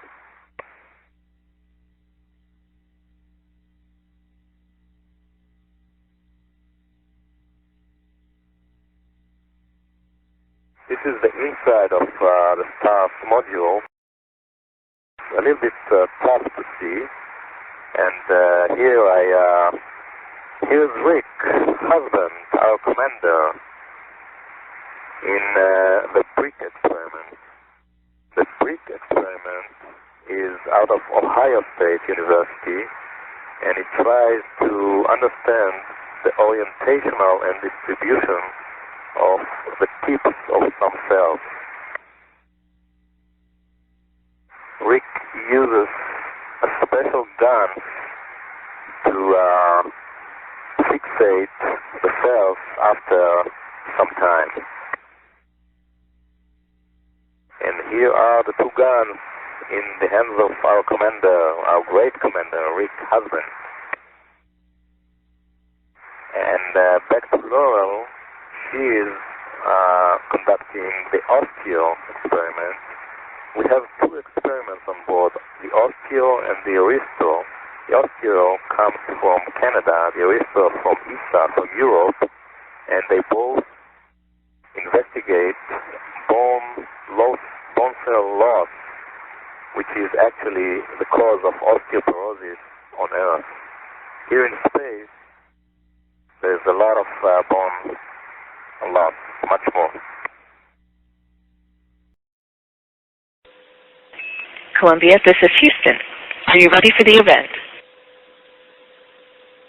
And Columbia's ready. National Public Radio, this is Houston. Please call Columbia for a voice check. Columbia, this is National Public Radio. How do you hear me? National Public Radio, this is Columbia. We hear you loud and clear. Mike, is one of the 7 active African American astronauts. What do you see as the future of African Americans in space? Well, that's a good question. I see the future as being pretty bright. As you mentioned, there are 7 of us. Bob Kirby will be flying in just a few months. Then, of course, later in the year, we'll have Joan Higginbotham flying. And early next year, you'll see Stephanie Wilson flying. So it looks like the future's really bright. And not only that, we also have some research that I think will be really beneficial to the African American community. On board this flight, we have a bioreactor, which is growing prostate cancer cells. And as you know, Travis, prostate cancer is a high rate of occurrence in African American males. And hopefully from some of the research we're doing up here, we can really help out in those areas. Willie, this is your first space flight, I understand. How does your experience compare with what you expected? There is so much more than what I ever expected. It's beyond imagination until you actually get up and see it and experience it and feel it. So I would say the things that are new to me are the zero-G type changes to my body, and the zero-G changes to the things that we do routinely day to day that you can only imagine, but you can't really quite imagine it quite right until you get up and do it. Mike, you're the payload commander of this mission. What exactly does a payload commander do? Well, if I could show you in the back of the shuttle, you'd see our laboratory, and back there we have hundreds of experiments, and those are our payloads. So my job is to manage those experiments and to make sure everything gets done properly. So with the help of all my crewmates, that's where we spend most of our time each day in the payload bay working on those experiments. And really the job started well before flight, working with the scientists and engineers and making sure that the payloads were designed properly and that we were going to get the right results on orbit. So far, I have to tell you, we've been really pleased with what we're seeing. We're exceeding almost all of our expectations, and we're getting some really good science. Willie, I understand you're doing an experiment involving African dust. Now, you got to tell me, what's that about? Well, believe it or not, there's a lot of dust in the air, and it contributes significantly, we think, to the temperature of the Earth, and it may have impacts on global warming. So we're looking specifically at dust that comes out of the North African Saharan area that migrates across the jet streams, across the Atlantic Ocean up into the Mediterranean. And we have some radiometric cameras that measure the reflectivity of that dust to see how it reflects the sunlight from the Earth's atmosphere. Mike, before we began this conversation, I just got off my treadmill. I understand you have an exercycle up there in space, partly to keep in shape, I guess, but also partly to run experiments. Tell me about your exercycle. Well, we do try to exercise a little bit every day just to stay in shape so that when we do return to Earth, we'll be able to actually walk off the orbiter. But we're also using that ergometer as part of a larger experiment, which we're really taking a close look at the cardiovascular system of the human being and seeing how it adapts to space and what kind of changes that go on in the body once you do come up into space and how quickly you react when you come back to Earth. So we spend a little bit of time each day pedaling around, and I tell you, there's nothing better than listening to a good album and looking out the windows and watching the world go by while you pedal on the bike. Willie, I've only got about 30 seconds left here. When you look out the window, what exactly do you see right now, and where over the world are you exactly? Well, I'm going to lift the lid. Dave's actually going to lift it here. We have a world map display. We're on the dark side of the Earth, approaching Chile, actually.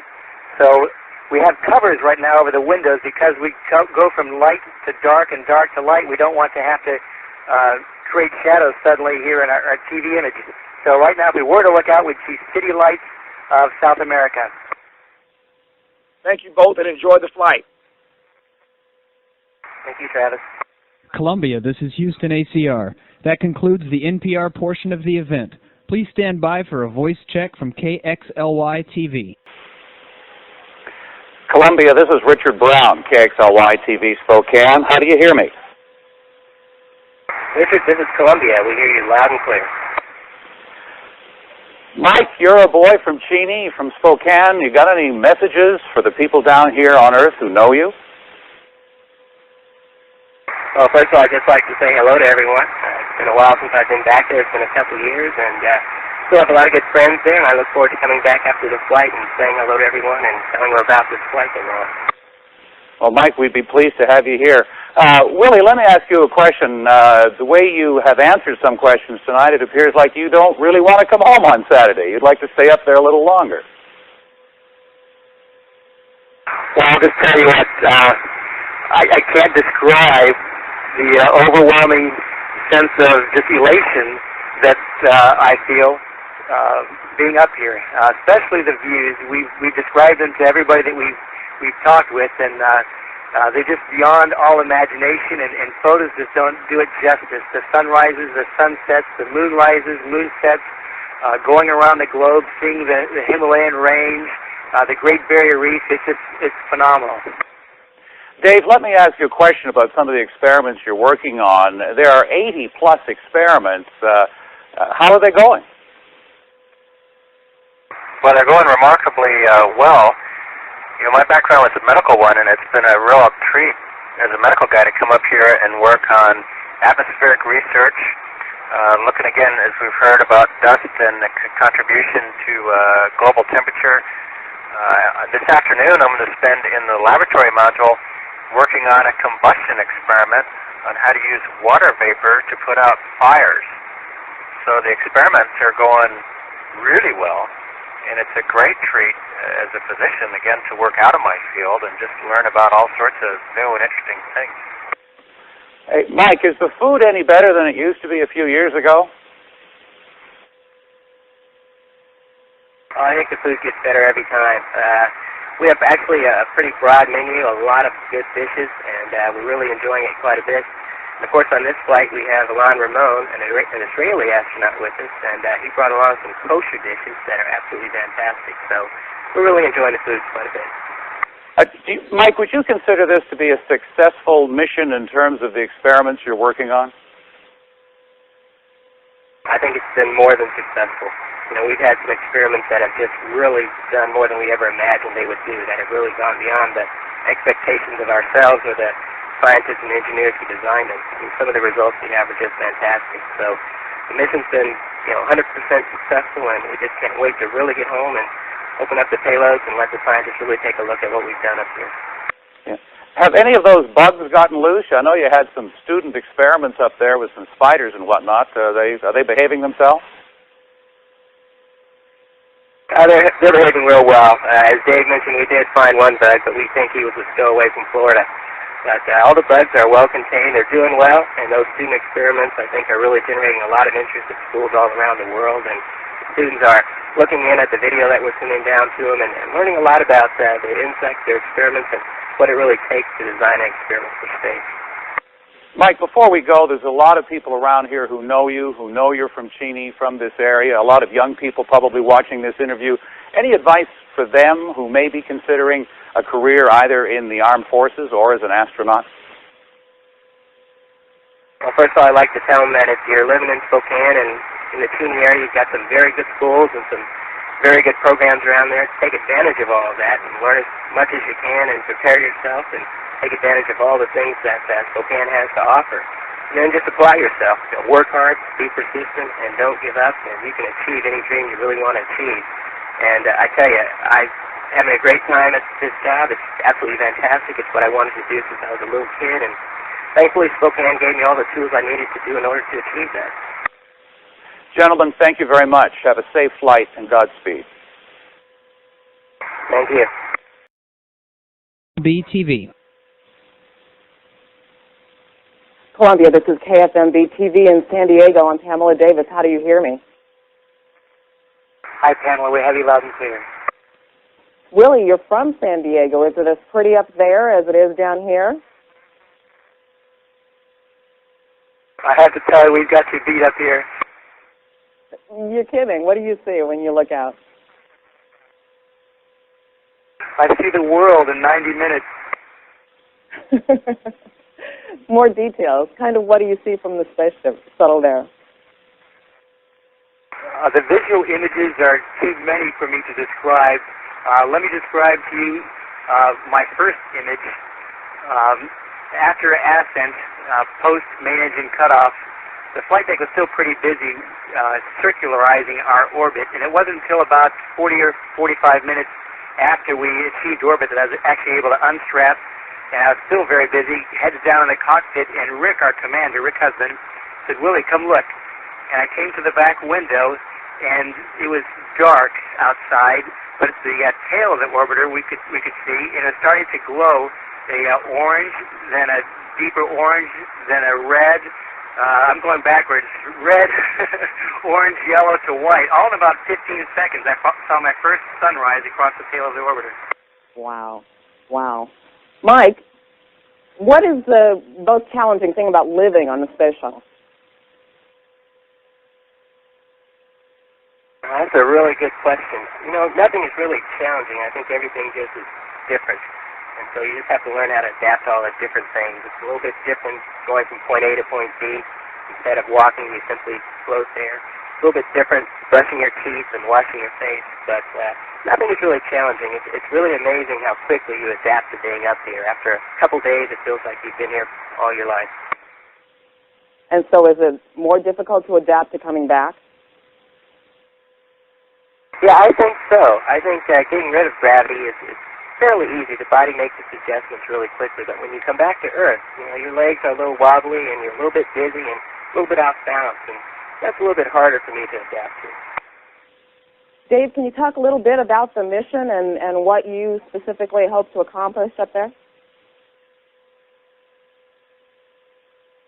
Well, we have four major areas of research.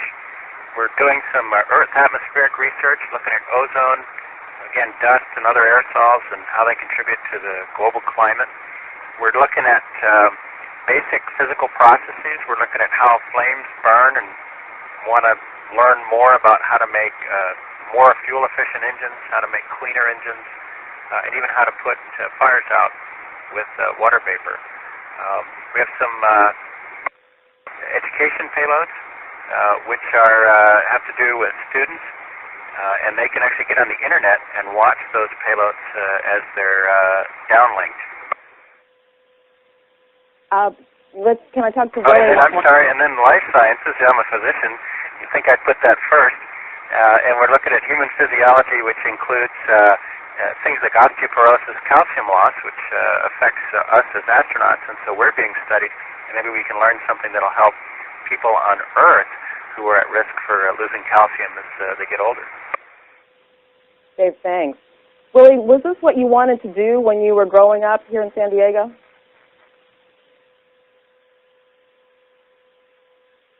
I think I'm an exception to the rule.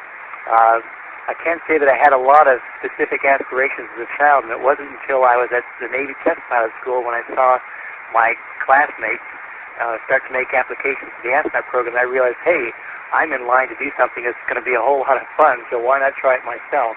And so it wasn't until I was probably 30 years old that I first had my aspiration to become an astronaut. Well, thank you all very much for joining us.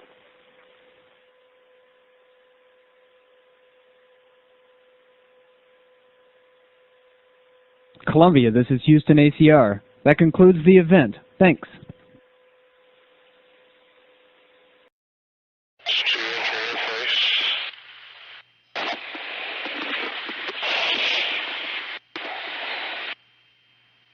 I know that, but I can't. Sorry, really, I didn't understand your question. You only want the camera back, right? I do not want the camera back. He's got one mounted in his head already. Okay. Yep. Replug. Replug, that's all you gotta do.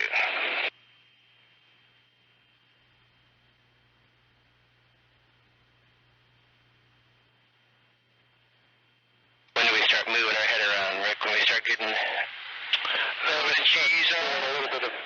geez, yeah.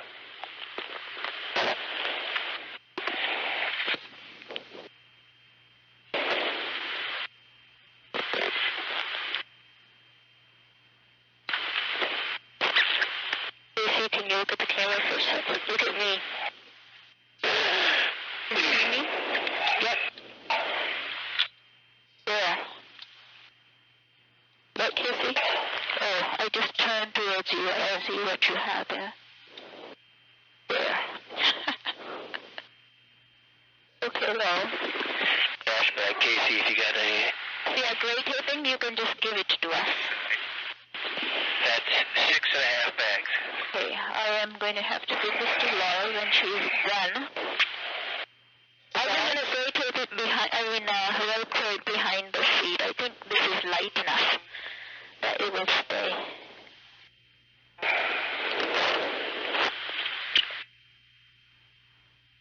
Oh, we see lots of jets firing. I'm getting the jets firing. I'm trying to see if I can get an overhead window view yet. Okay.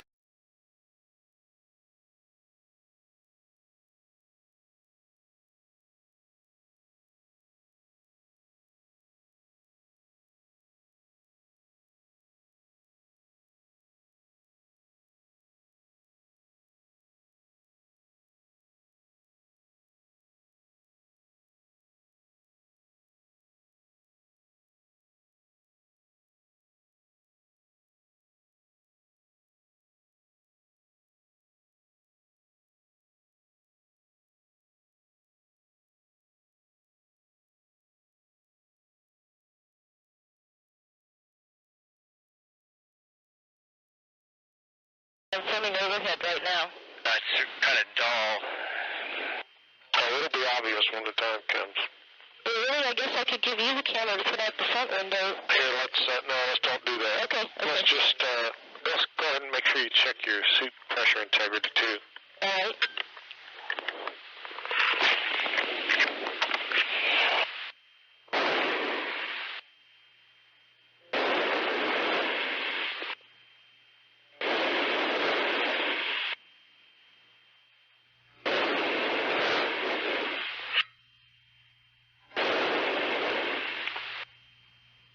And com check.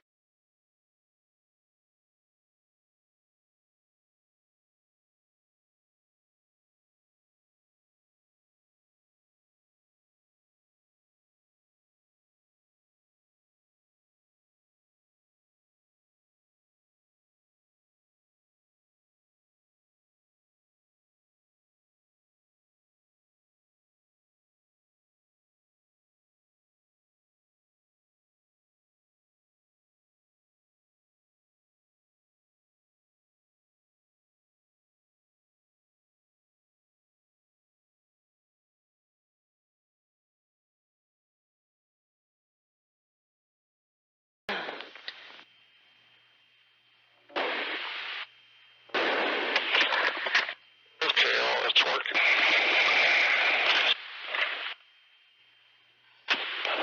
It's noisy in there, isn't it?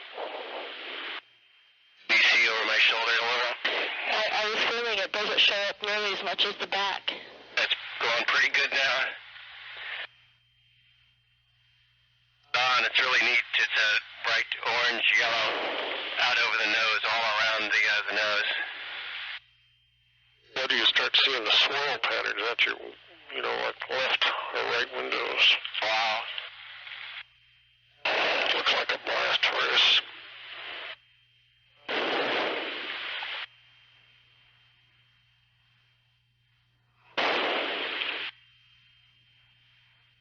See here.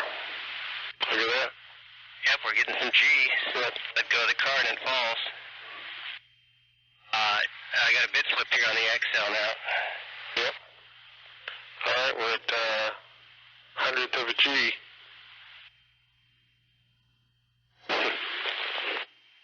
This is amazing. It's really getting really bright out there. Yep.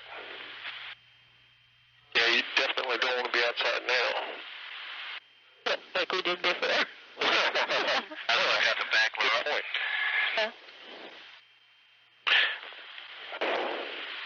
Oh, I can see you in your mirror. Not yet? Yeah, now I see your camera. Okay. Stop playing. 2210, 1052 is what we were looking for. Okay.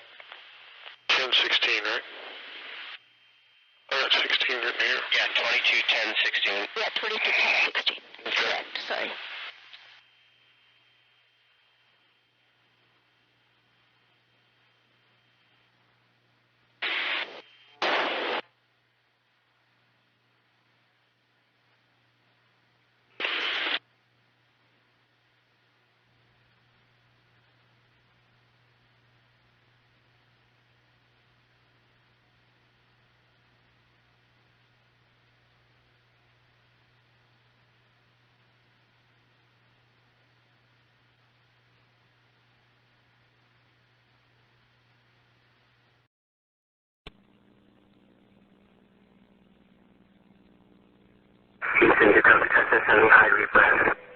Max and GNC, you ready? Right, Max, we're ready. GNC's go. And we're ready, Willie. No deltas. Copy that, delta.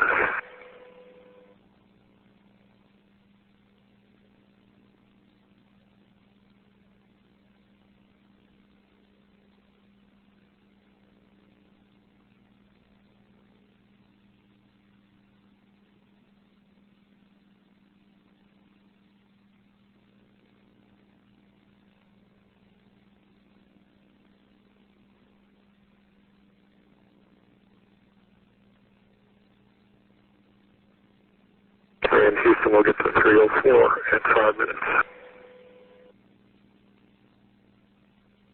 Rick, we're ready for Ops 304.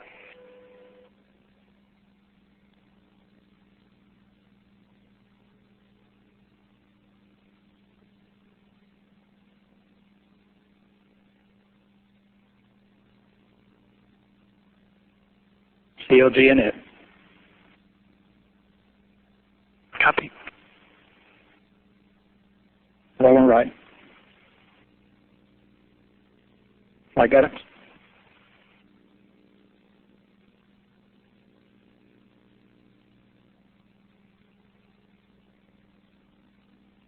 Flight Max.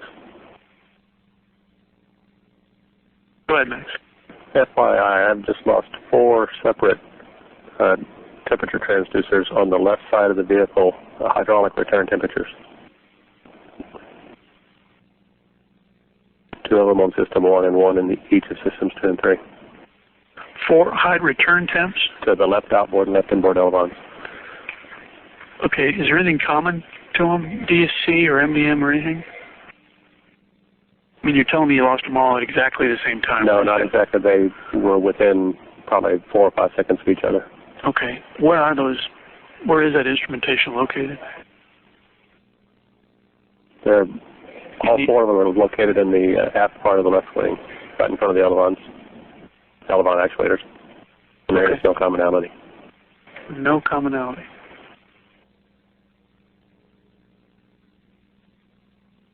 Max, tell me again which systems they're for? It's all 3 hydraulic systems. It's 2 of them are to the left outboard elevon and 2 of them to the left inboard. Okay, I got you.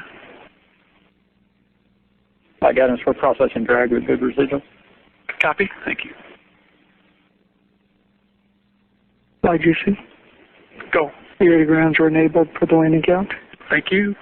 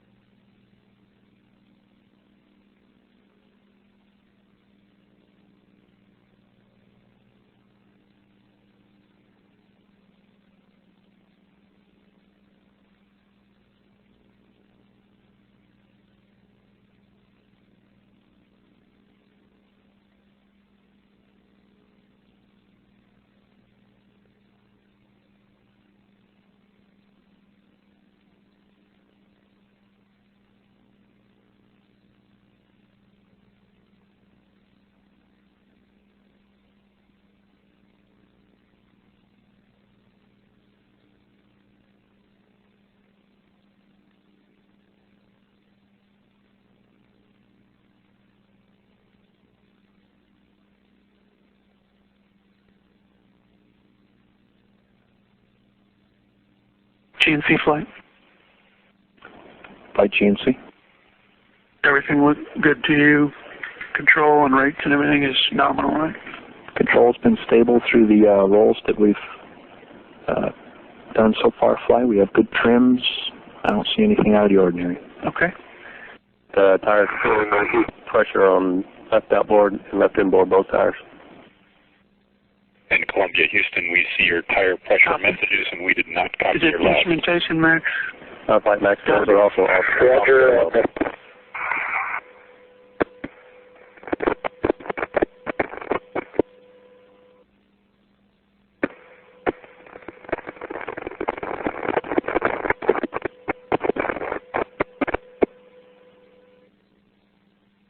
Flight Inco. Go. Yeah, we're just taking a few hits here. We're right up on top of the tail. Not too bad.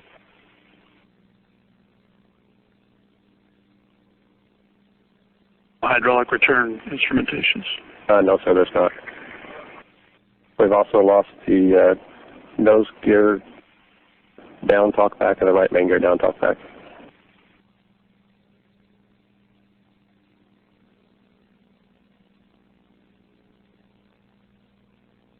And Flight Ecom? Ecom. I've got 4 temperature sensors on the bottom line data that are off scale low.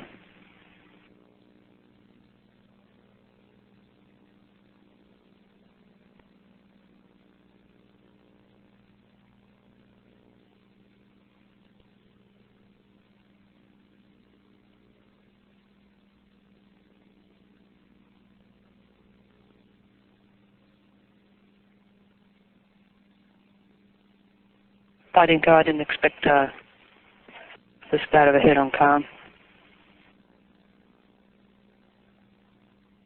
No onboard system config changes right before we lost data. That's correct, Flight. All looked good. Still all on string 2 and everything looked good.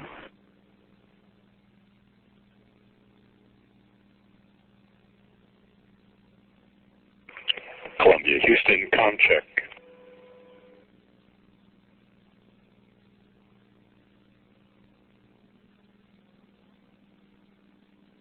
Flight Fido. Go. Close-in aim point with the 1-hour balloon shows is touching down at 1496, 1,500 feet down the runway. Our crosswind right now is on the left, from the left, on the 3-3 end. Columbia, Houston, UHF comm check.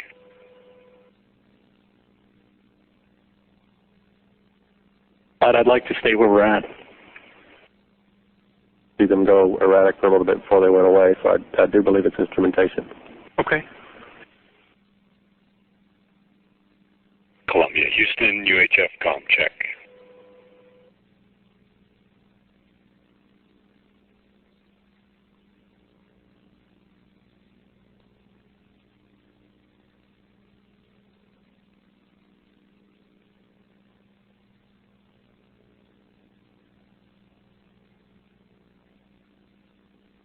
Flight Fido.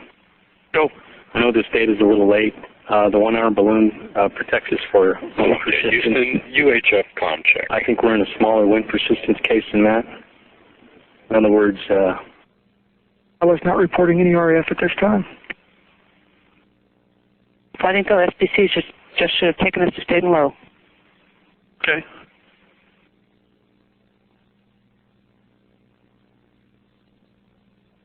Fido, when are you expecting tracking? 1 minute to go, Flight.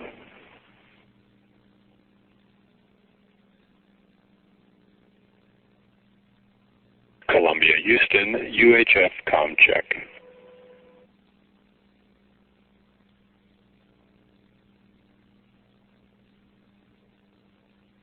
Imply GC, no C-bands yet. Copy. Flight Inco. Go. I could swap strings in the blind. Okay. Command is over. Good work, Flight.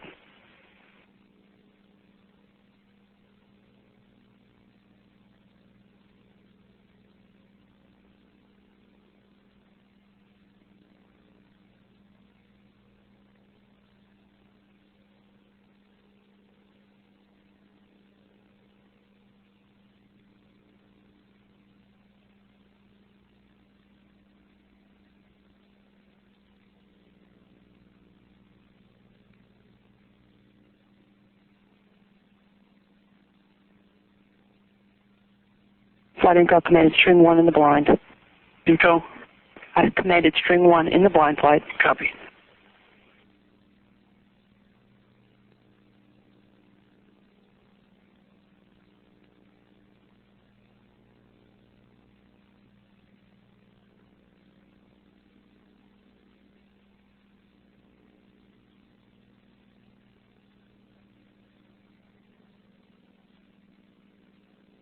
Bad data point flight. We do not believe that was the orbiter. We do not have any valid data at this time. Okay, that we can go to. Let me start talking flight, my navigator.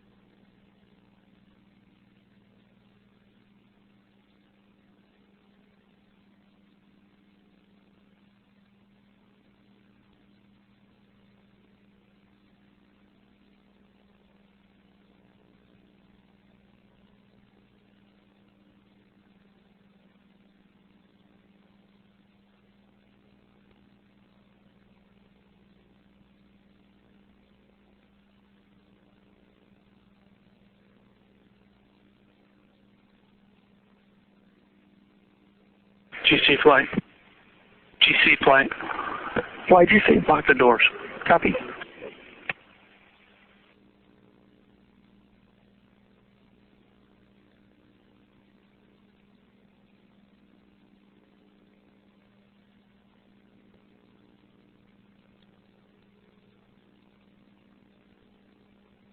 Fido, do you have any tracking? No, sir.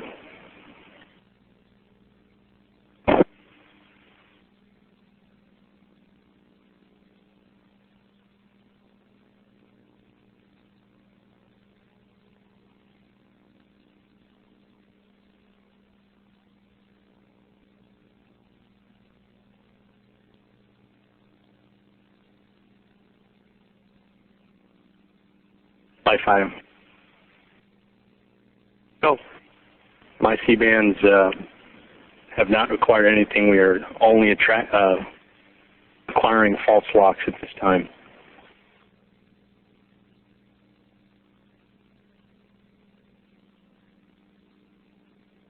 I copy, Fido.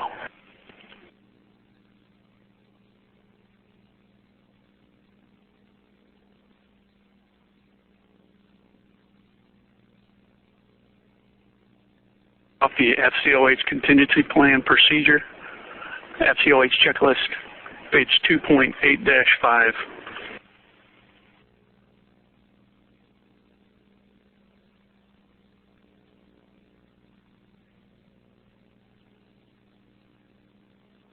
Fido flight.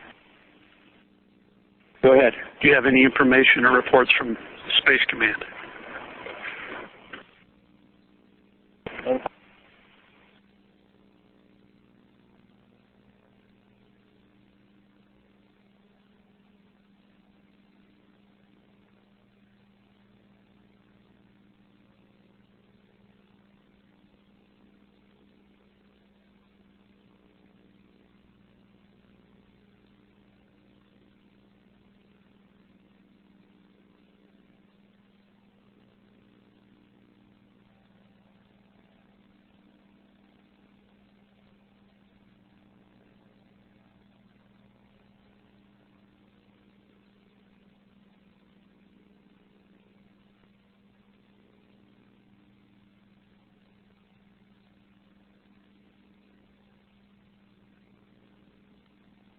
Okay, and all flight controllers on page 9 of the FCOH procedure, you need to make sure you step through the actions required in step 20.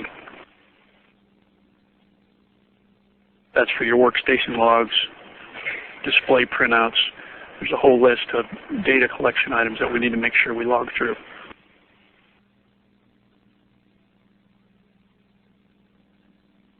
I have the old mock VFC checkpoint, but we got an equivalent capability that we need to do. We'll get that done.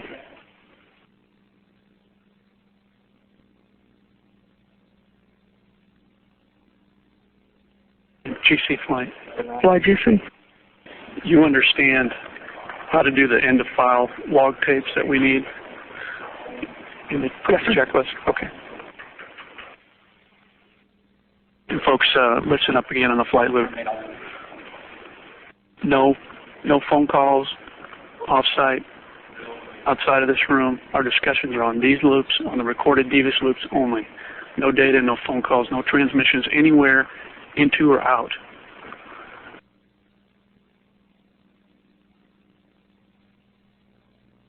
And fly GC. GC. So we have no way of disabling the black phones. I understand.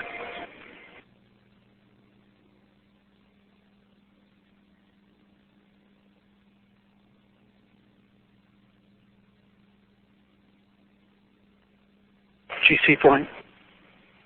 Fly GC. Bill, have you sent out the TWIC? We're supposed to notify the other NASA centers via the TWICs, and the TWICs is on 2.8-3. We'll work it fine. As soon as we can, Bill. Copy.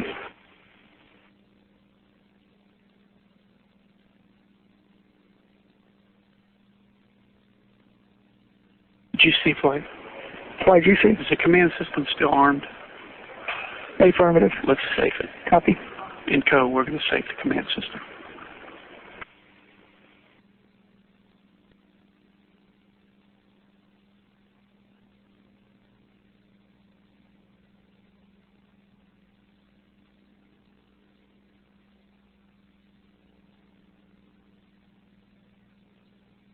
Fly GC. Checkpoints on command server and track server have been completed.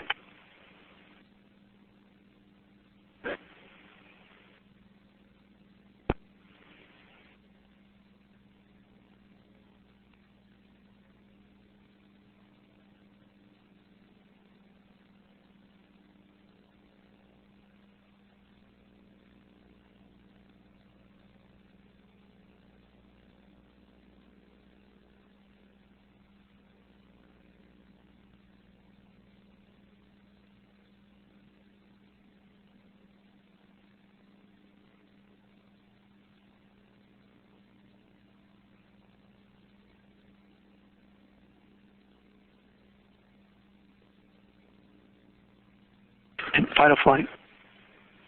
Fight flight. You're talking with LSO? Yes, sir. Okay. John's going to go back and talk to Marty. Is Marty back there with Marissa? Yes, sir.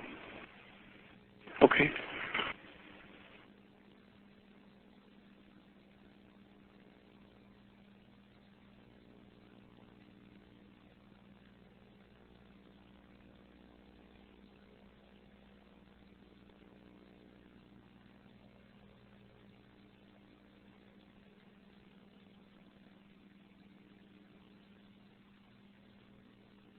Flight, go ahead, sir.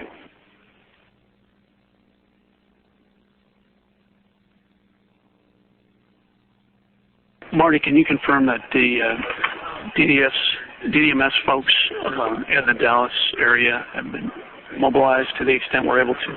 Yeah, RCC, the Rescue Coordination Center, is mobilizing to that area, and they're seeing what they can do to help us. Copy.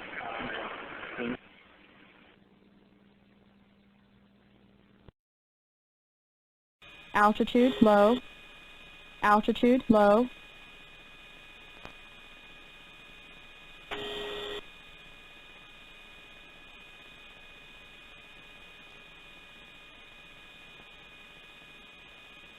Voorzien is het redelijk drassig, ja, maar een half stekje zoeken. Left just a little bit, hier is. 1911 uniform. De Fischer nog steeds aan.